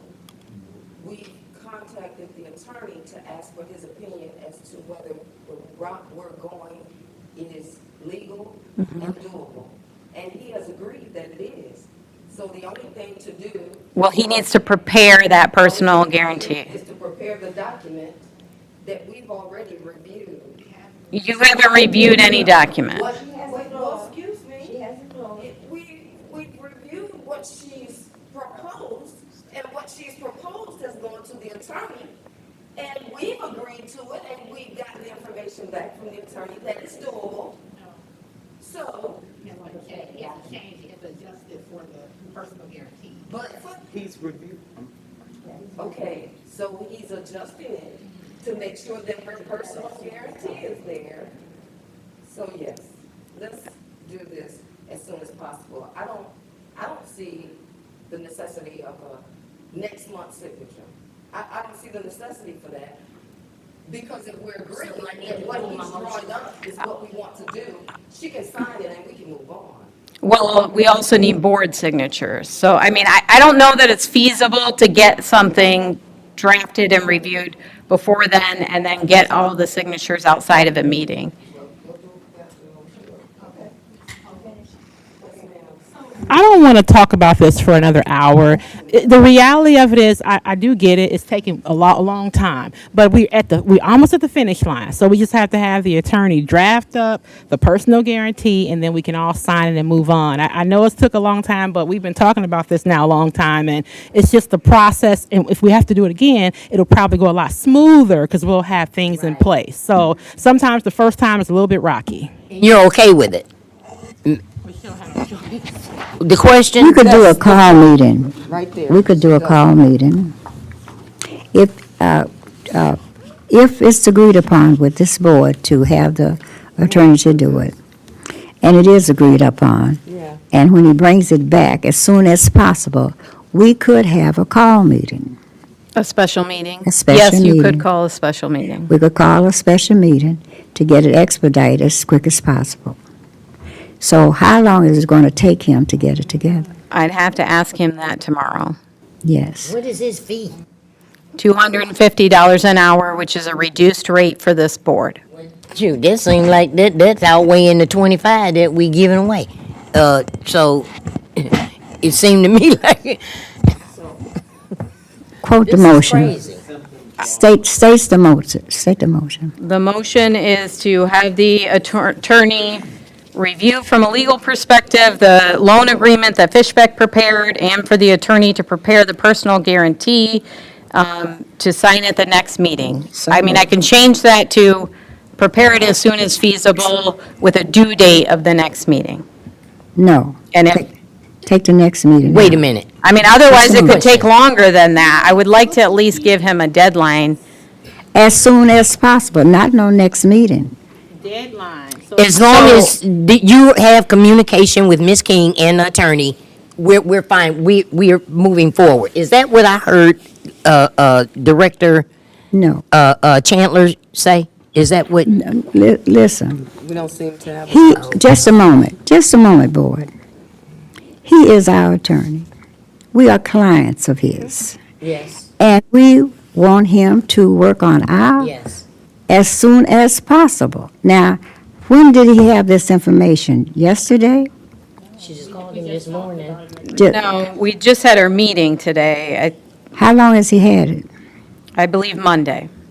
Okay, we are his clients, so we're going to pay him, and we expect him to work for us as soon as possible. So the We- motion is on the floor. Absolutely. We just don't want him to rush through a legal document. No, He is trying to we said protect as you. possible, as Right. possible. But we don't need to see a $500 bill from you. I mean, you will see a bill, absolutely. You're going to see a bill. You're going to see it. Just a moment. Need to be $5 grand. just a moment, as soon as possible so we can get this off the board.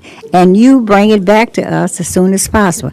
And if you poll the board and they want to have a call meeting, then we can call a meeting before the next meeting so we can expedite the money. Is that okay with the board? Yes.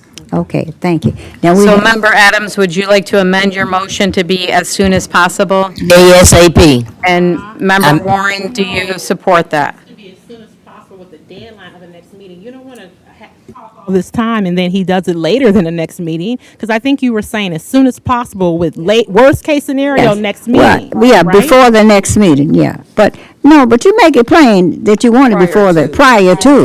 Today is the what, the 9th? We can have another meeting. I mean, I don't have there's a problem. only, Well, wait a minute. even to have it by the next meeting, that's 3 weeks to have it 100% reviewed, drafted, finalized, technical edited. Is this something that we can take care of on the 24th if we meet an hour ahead? Wait, if it's complete, that's. If it's complete. Well, that could be the deadline. That could be the deadline. I believe so, since it's a public meeting, it's not your regular meeting, so let me just check some nuances, but I think so. Okay, so that could be a deadline for the attorney to meet.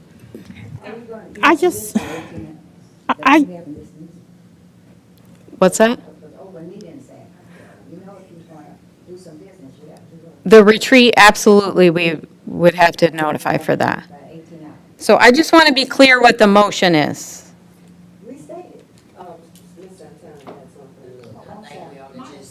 Comment is really quick, but it's just saying that I want to make sure we all understand that this attorney has other clients too. So I think that's why Teresa's saying she needs to check tomorrow.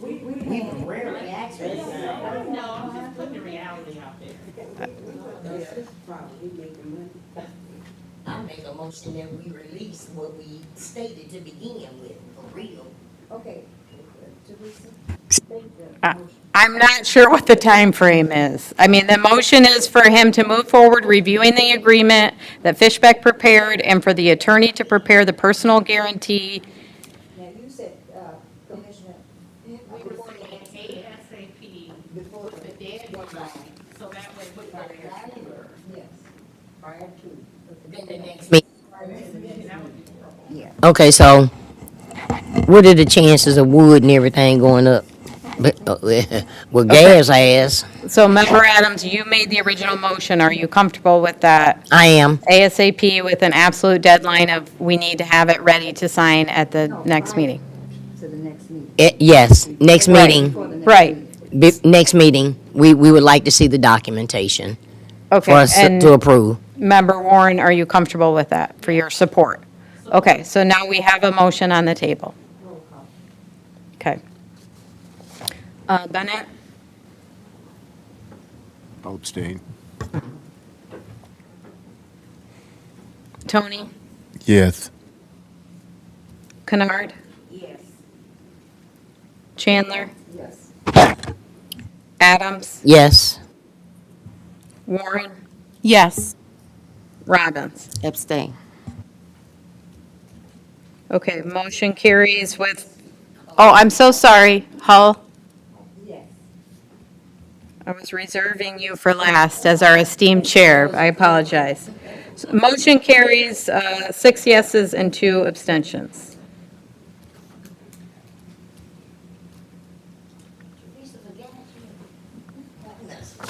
My apologies.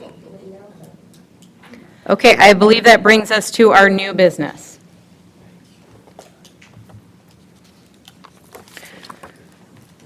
So we received an application from Blue Star 8 regarding their property at 306 12th Street. This is a commercial property. It's already in an existing approved brownfield plan for the city as part of your comprehensive brownfield plan. So they've undergone some activities, some abatement. I think they're going to work on some interior demolition, some pretty common core eligible activities. So they filled out the project application, which is part of your packet, and they are requesting entering into a reimbursement agreement, which means they're already in that brownfield plan. They would be reimbursed by the tax increment for their eligible costs. do too. We're already in a brownfield plan. The property is, yes. The property is. So why is there a need for a second brownfield plan? There isn't. There isn't. So that's a great question. Different part of it. So every time you have a brownfield plan, that's saying, yes, we agree to this process, here's the project, we're going to, typically it talks about the project. And then the second step is a development and reimbursement agreement. That's kind of the ins and outs of how you get paid. Now, in this case, the city set these up early on to kind of spur redevelopment, so we didn't necessarily have a project ready at the time the brownfield plan was put in place. So it's already in place. Now, they do have a project that has eligible activities. So they are requesting, while we already have a brownfield plan, there's no need to write a new one, just the reimbursement agreement. So that's the mechanism that would allow them to get reimbursed for their eligible costs. And what's the advantage of having it already in a brownfield plan? We don't have to go through Okay. writing a new plan. We don't have to go through the approval process. So the city has already agreed, yes, we want a brownfield plan for this property. So now, if this reimbursement agreement goes in place, then they would have to submit receipts for their eligible costs, and we would do that review, like we do for any brownfield plan.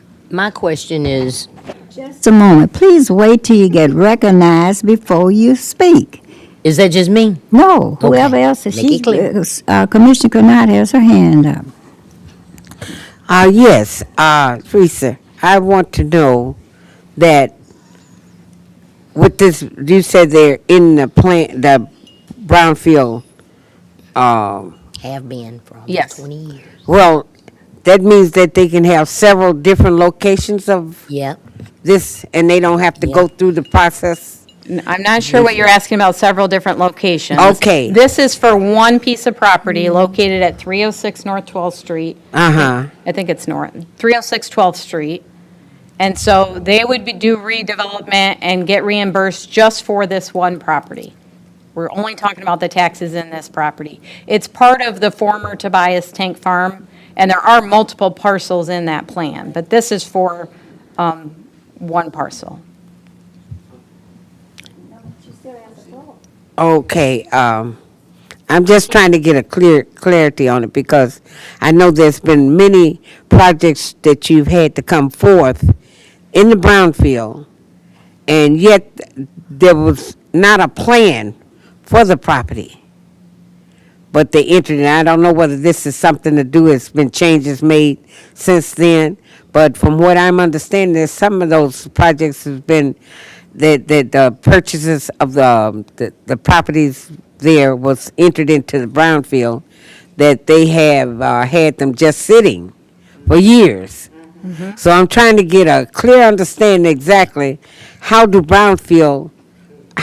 really operates, because at one point I'm here, and then the next time it come up, I'm starting all over again and trying to say, where are we? Okay. So, I mean, we recommend nowadays that you would create standalone brownfield plans when you have the project ready to go. But this was pretty common. Benton Harbor is not the only brownfield authority to do it Right. this way. When authorities were first getting up and running, it was pretty common to do this comprehensive plan and put all these parcels in it and look at it as a means to spur redevelopment. But you're right, the challenge with that is now these plans have been sitting around and we haven't had redevelopment. That's why we've recommended moving forward when you have a redevelopment project to create a standalone plan. But in this case, we already have these plans in place. They've already gone through the approval process. And so now we finally have a project, which is great to see, to spur redevelopment in the city. And so that's where we're at with this one. But now that those are still haven't been developed yet, but they have went through the brownfield, they still are in place to just wait another year or two, then they've been there sitting there for so long. So there's a maximum timetable on those, which is the other kind of challenge, and, you know, now looking back, maybe it wasn't the best way to do it, because there is a limited timetable, and when that started, when it was approved, you know, there's only 30 years in that plan. So when Okay. the time runs out, the time runs out, unless you had a new plan. Okay, so if I may, I've been waiting. No, she was next. Oh, wait, that's, are you I'm finished? through, Okay. yes.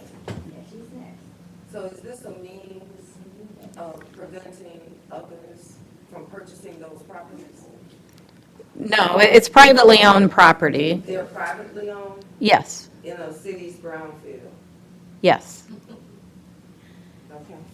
I mean, if it was city-owned and it was tax exempt, then it wouldn't work in a brownfield plan because you wouldn't have tax increments. So generally, the properties are privately owned that are in a brownfield plan. And they're unable to be sold, or can they be sold while they're in this? And it follows, the tax increments follow.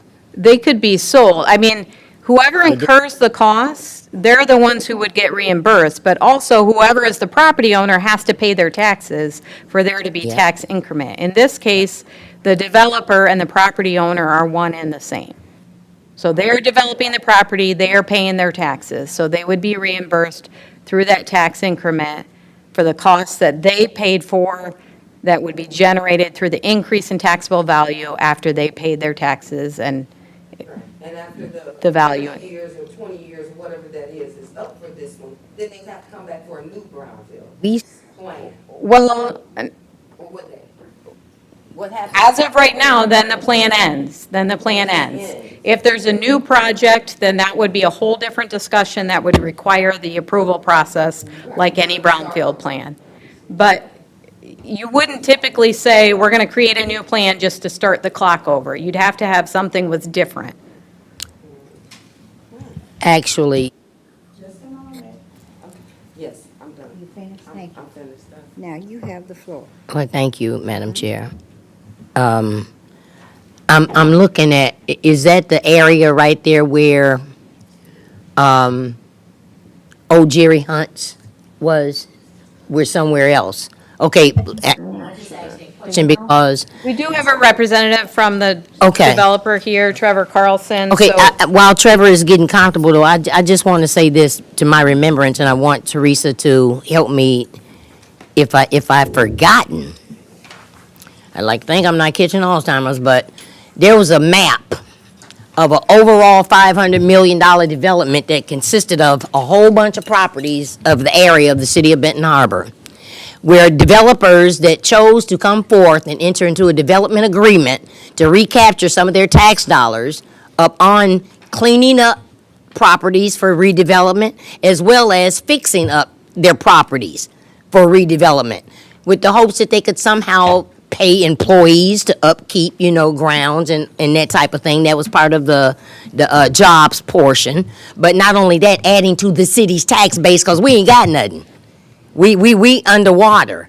We need all the development that we can get. And so happens that he's cleaning up these properties with the hopes of enticing some developers that may drive through, that may, ooh, look at that nice piece of land. I think I'll build me a small hotel there.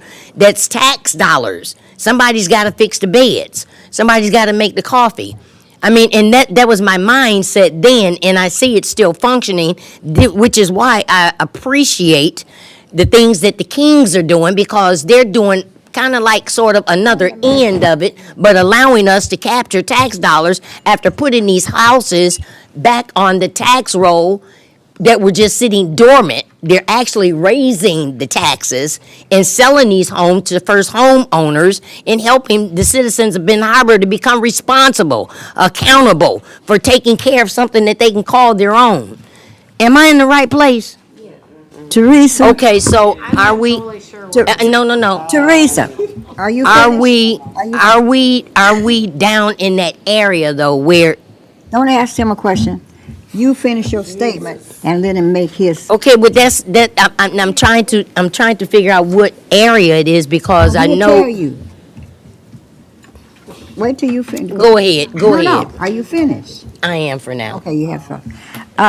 Teresa, I don't know. This board might have to change and hire her and let her be our consultant.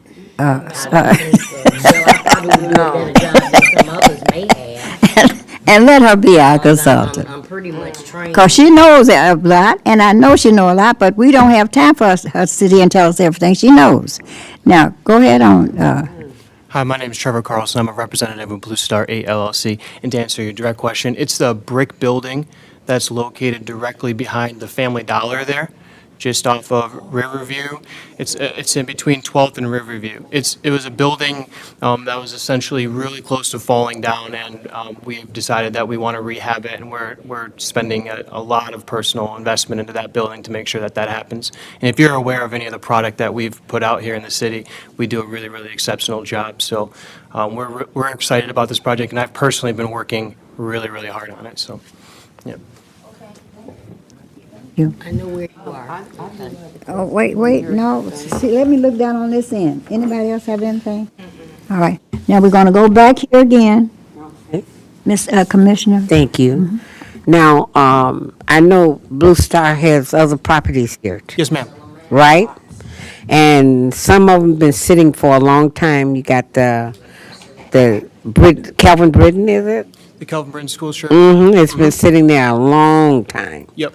And other properties too that's been sitting a long time. Now, how do we work with that? I know you're trying to have it where it looks good, so they'll be willing to come in. I don't see anything that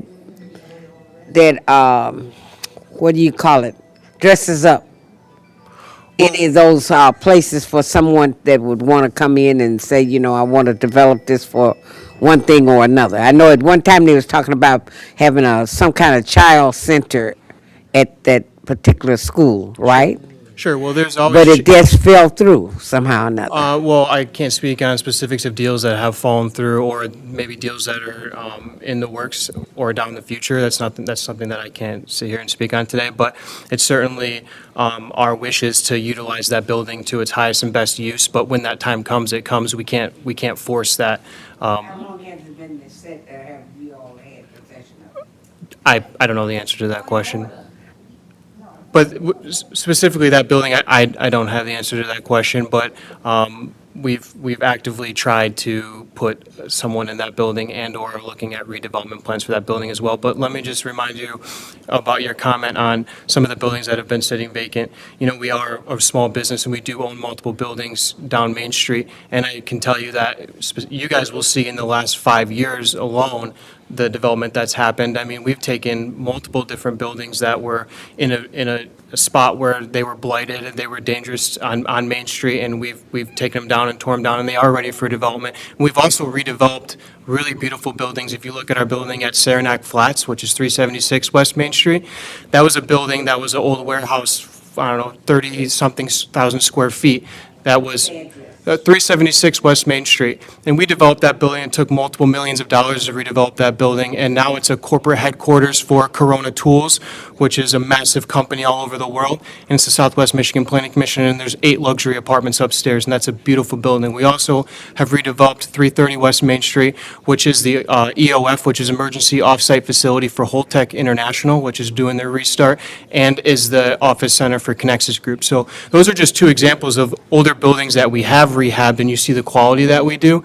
Similar to that, that's the type of product that we wish to put out in the future on other pieces of property as well. But it takes time.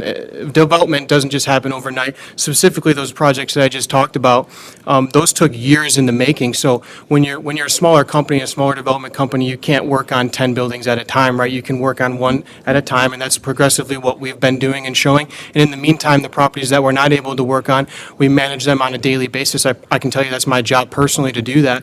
We're there picking up trash every single day. We do a trash run every single day on every single one of our properties. I fill up a 6-yard dumpster every single week.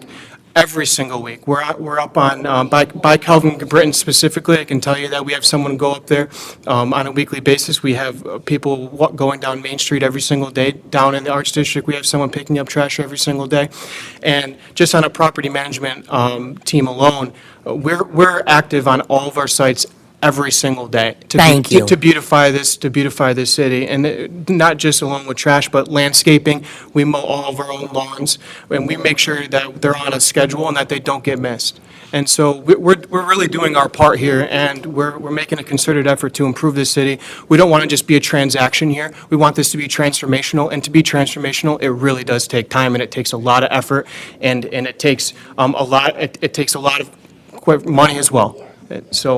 So that's where we're at. So maybe things aren't moving as fast as some people would like to see, but that's not, from our end, it's not coming from a lack of effort and a lack of trying, because we certainly, I'm putting it in every single day.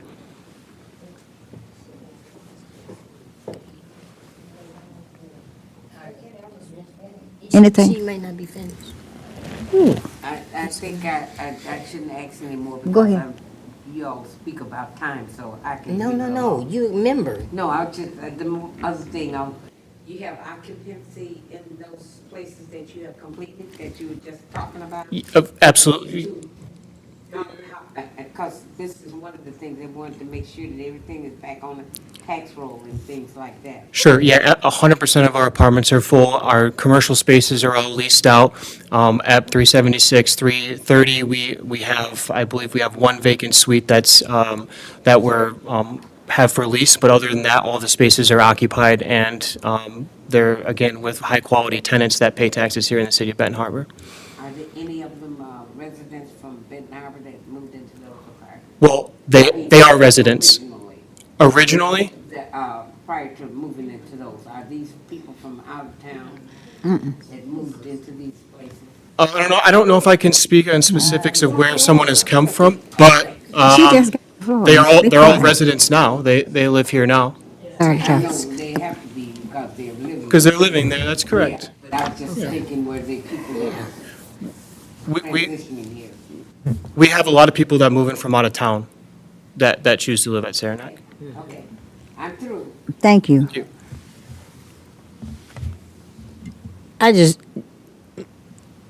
May I? Go ahead. Okay, thank you, because I can speak firsthand that you clean up Yeah. around my place where you own a lot of property. I even see some of us that you employ. Thank you, and I know you pay taxes on those properties, and I'm hoping that I can sell you mine. Thank Add you. to it. Thank you. Thank you. All right. We need a motion to. Right, so right now, the request is, they submitted a project application, and they're requesting to enter into a reimbursement agreement. So the motion would be to accept the project application and Let's say enter so into the moved. reimbursement agreement and accept the application fee if you're in favor of moving forward. Okay, very quickly, Madam Chair, if I may, I think I want to touch base on something that I heard Board Member Ivy mention, and that was about the span of time. Okay, is this the time that we put a time period on repayment? Because I think we can There's a take it up to 30 Brownfield plan years. it's already in place, and that clock has already been ticking. So at this point in time, no, it no, would no, be no. subject to what's already approved in the Brownfield No, no, plan. no, I'm talking Unless about- changes were made to that No, plan. have we been paying them anything for this? No, Okay, then that's what I'm no talking agreement about. in place. Okay, that's what I'm talking about. Once the agreement has been entered, this board can set a time frame on the repayment of what they're asking to be reimbursed for. We can do 5 years, we can do 10 years, we can do up to 30 years. Well, just to remind, this is different than when you're loaning or granting funds. No, no, no, no, no. So this would be as those tax increments, like we said, we received all of the summer and winter taxes from 2025. Right.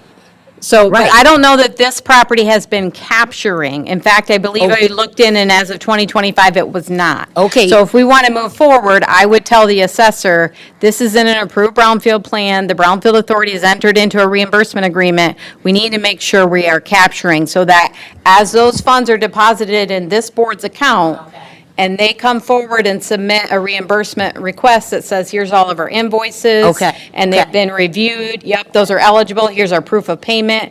Then they could be reimbursed over time with the funds that you have. But we set that Only- time, though, is what I'm asking you. We have in the past set that time of repayment. Well, we would have a separate disbursement memo Okay, that you would okay. agree upon. Okay. But you could only reimburse if you have those funds available. So that's usually Right. more of the limiting And- factor than saying, we have so long. That's why I to- asked that question, because we might not want to spend $150,000 of what they've spent already in two lump sums.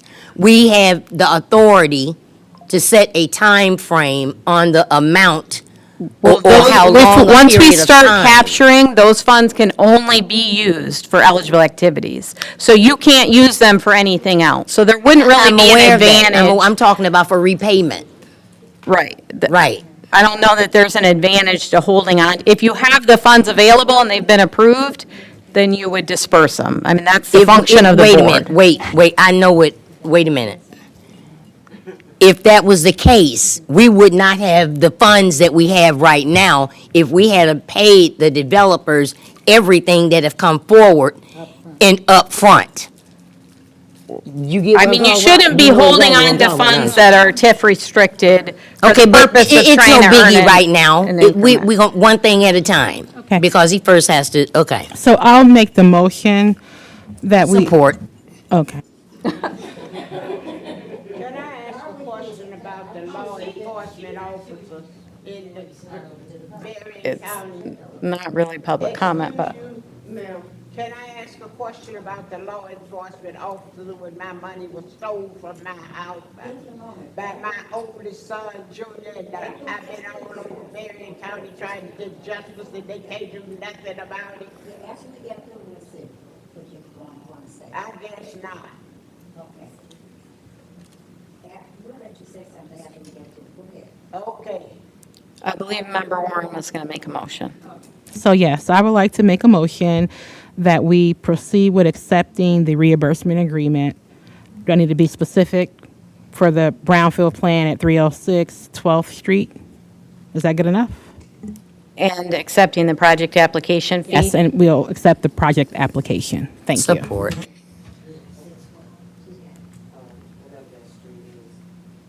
What was the name of the, what was the street, 306? 306 12th Street.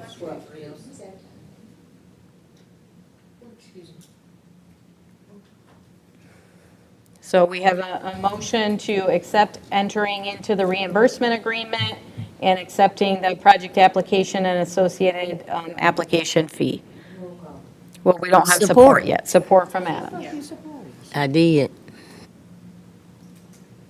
Bennett? Yes. Tony? Yes. Kennard? Yes. Chandler? Yes. Adams? Yes. Warren? Yes. Robbins? Yes. Hall? Yes. Okay, motion carries 8-0. Appreciate all you guys' time. Thank you so much. Thank you. So that moves us on to member comments. I do also just want to remind our signatories that the checks are in front of you. We need 2 signatures.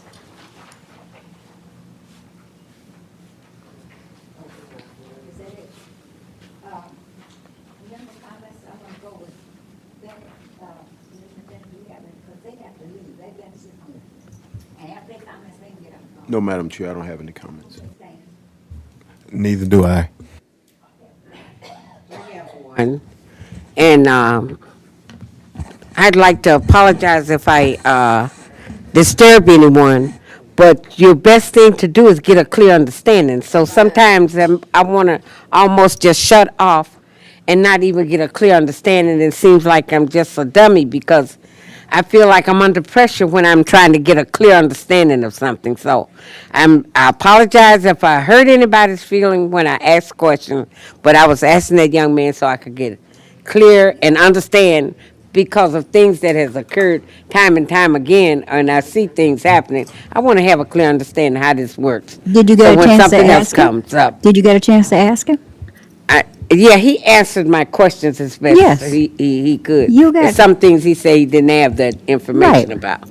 But when you get called, when you get the floor, you can ask whatever you want to ask. That's right. When I give you the floor, Bible tell you and all that, get it. yeah, if I give you the floor, then you're up to ask what you want to ask. Okay. But, okay, thank you, you're welcome.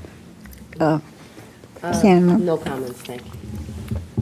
I want to first of all thank you and the board members, and I want to welcome our newest board member, Miss Walker, Miss Robbins Walker. I'm sorry, but thank you. It's hard to find some people that are dedicated to sit in these seats to make decisions. And I have a hard time, and I want to also apologize because I have a hard time staying on point and task, which was something that our chairwoman mentioned at the beginning, because I could have took Calvin Britton and ran with it, because I was looking forward to working with that development with the property owner for children that look like me in the community. But funding is always a problem. Thank you. Thank you. Point of order. No comment. I just like to thank you guys for having me, and I'm glad to be here. Okay, now, we want you to have your comment. Let you have your comment, Ms. Muhammad. Hello. I don't know why I showed up here today, but I'm here. My money was stolen from my bedroom in a locked safe, a box safe with one key to it, by my oldest son, William Griffin Jr., who's 60-something years old, under the pretense of helping me, taking me to Riverwood where they said my blood pressure's so high I'm about to have a stroke and die.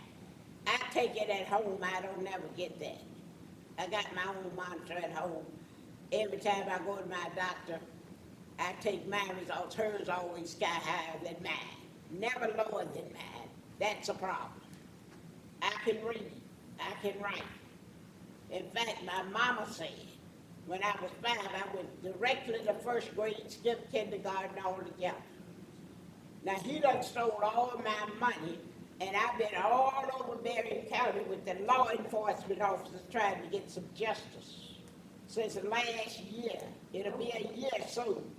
He done traipsed off to Grand Rapids with my safe, with the only key, without my knowledge or permission, while I'm in Riverwood, supposedly crazy. Now him and another daughter, a year older than him, these senior citizens, she retired and he old enough to be retired. They want custody of me now. For what? Like they my mama? And I still ain't got my money. They told me all over Berrien County I had to see a Marcus short, straight strand in Niles, South County building.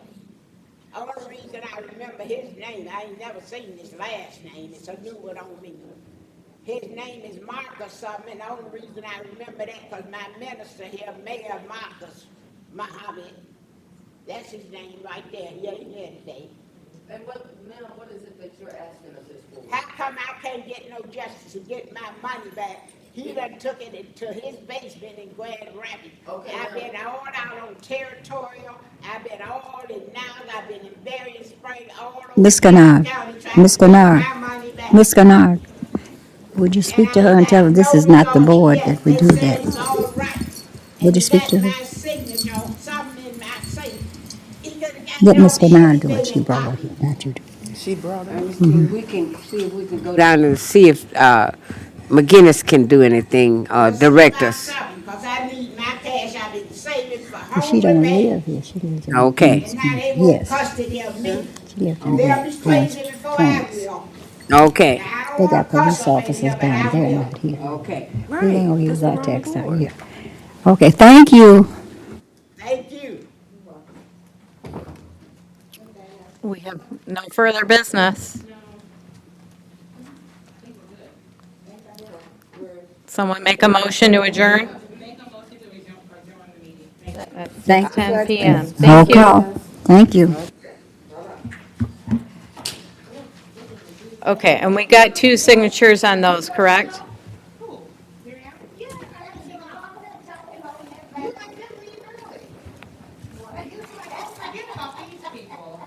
Barb, I'll get you the information tomorrow on this Brownfield 101 training and how to register.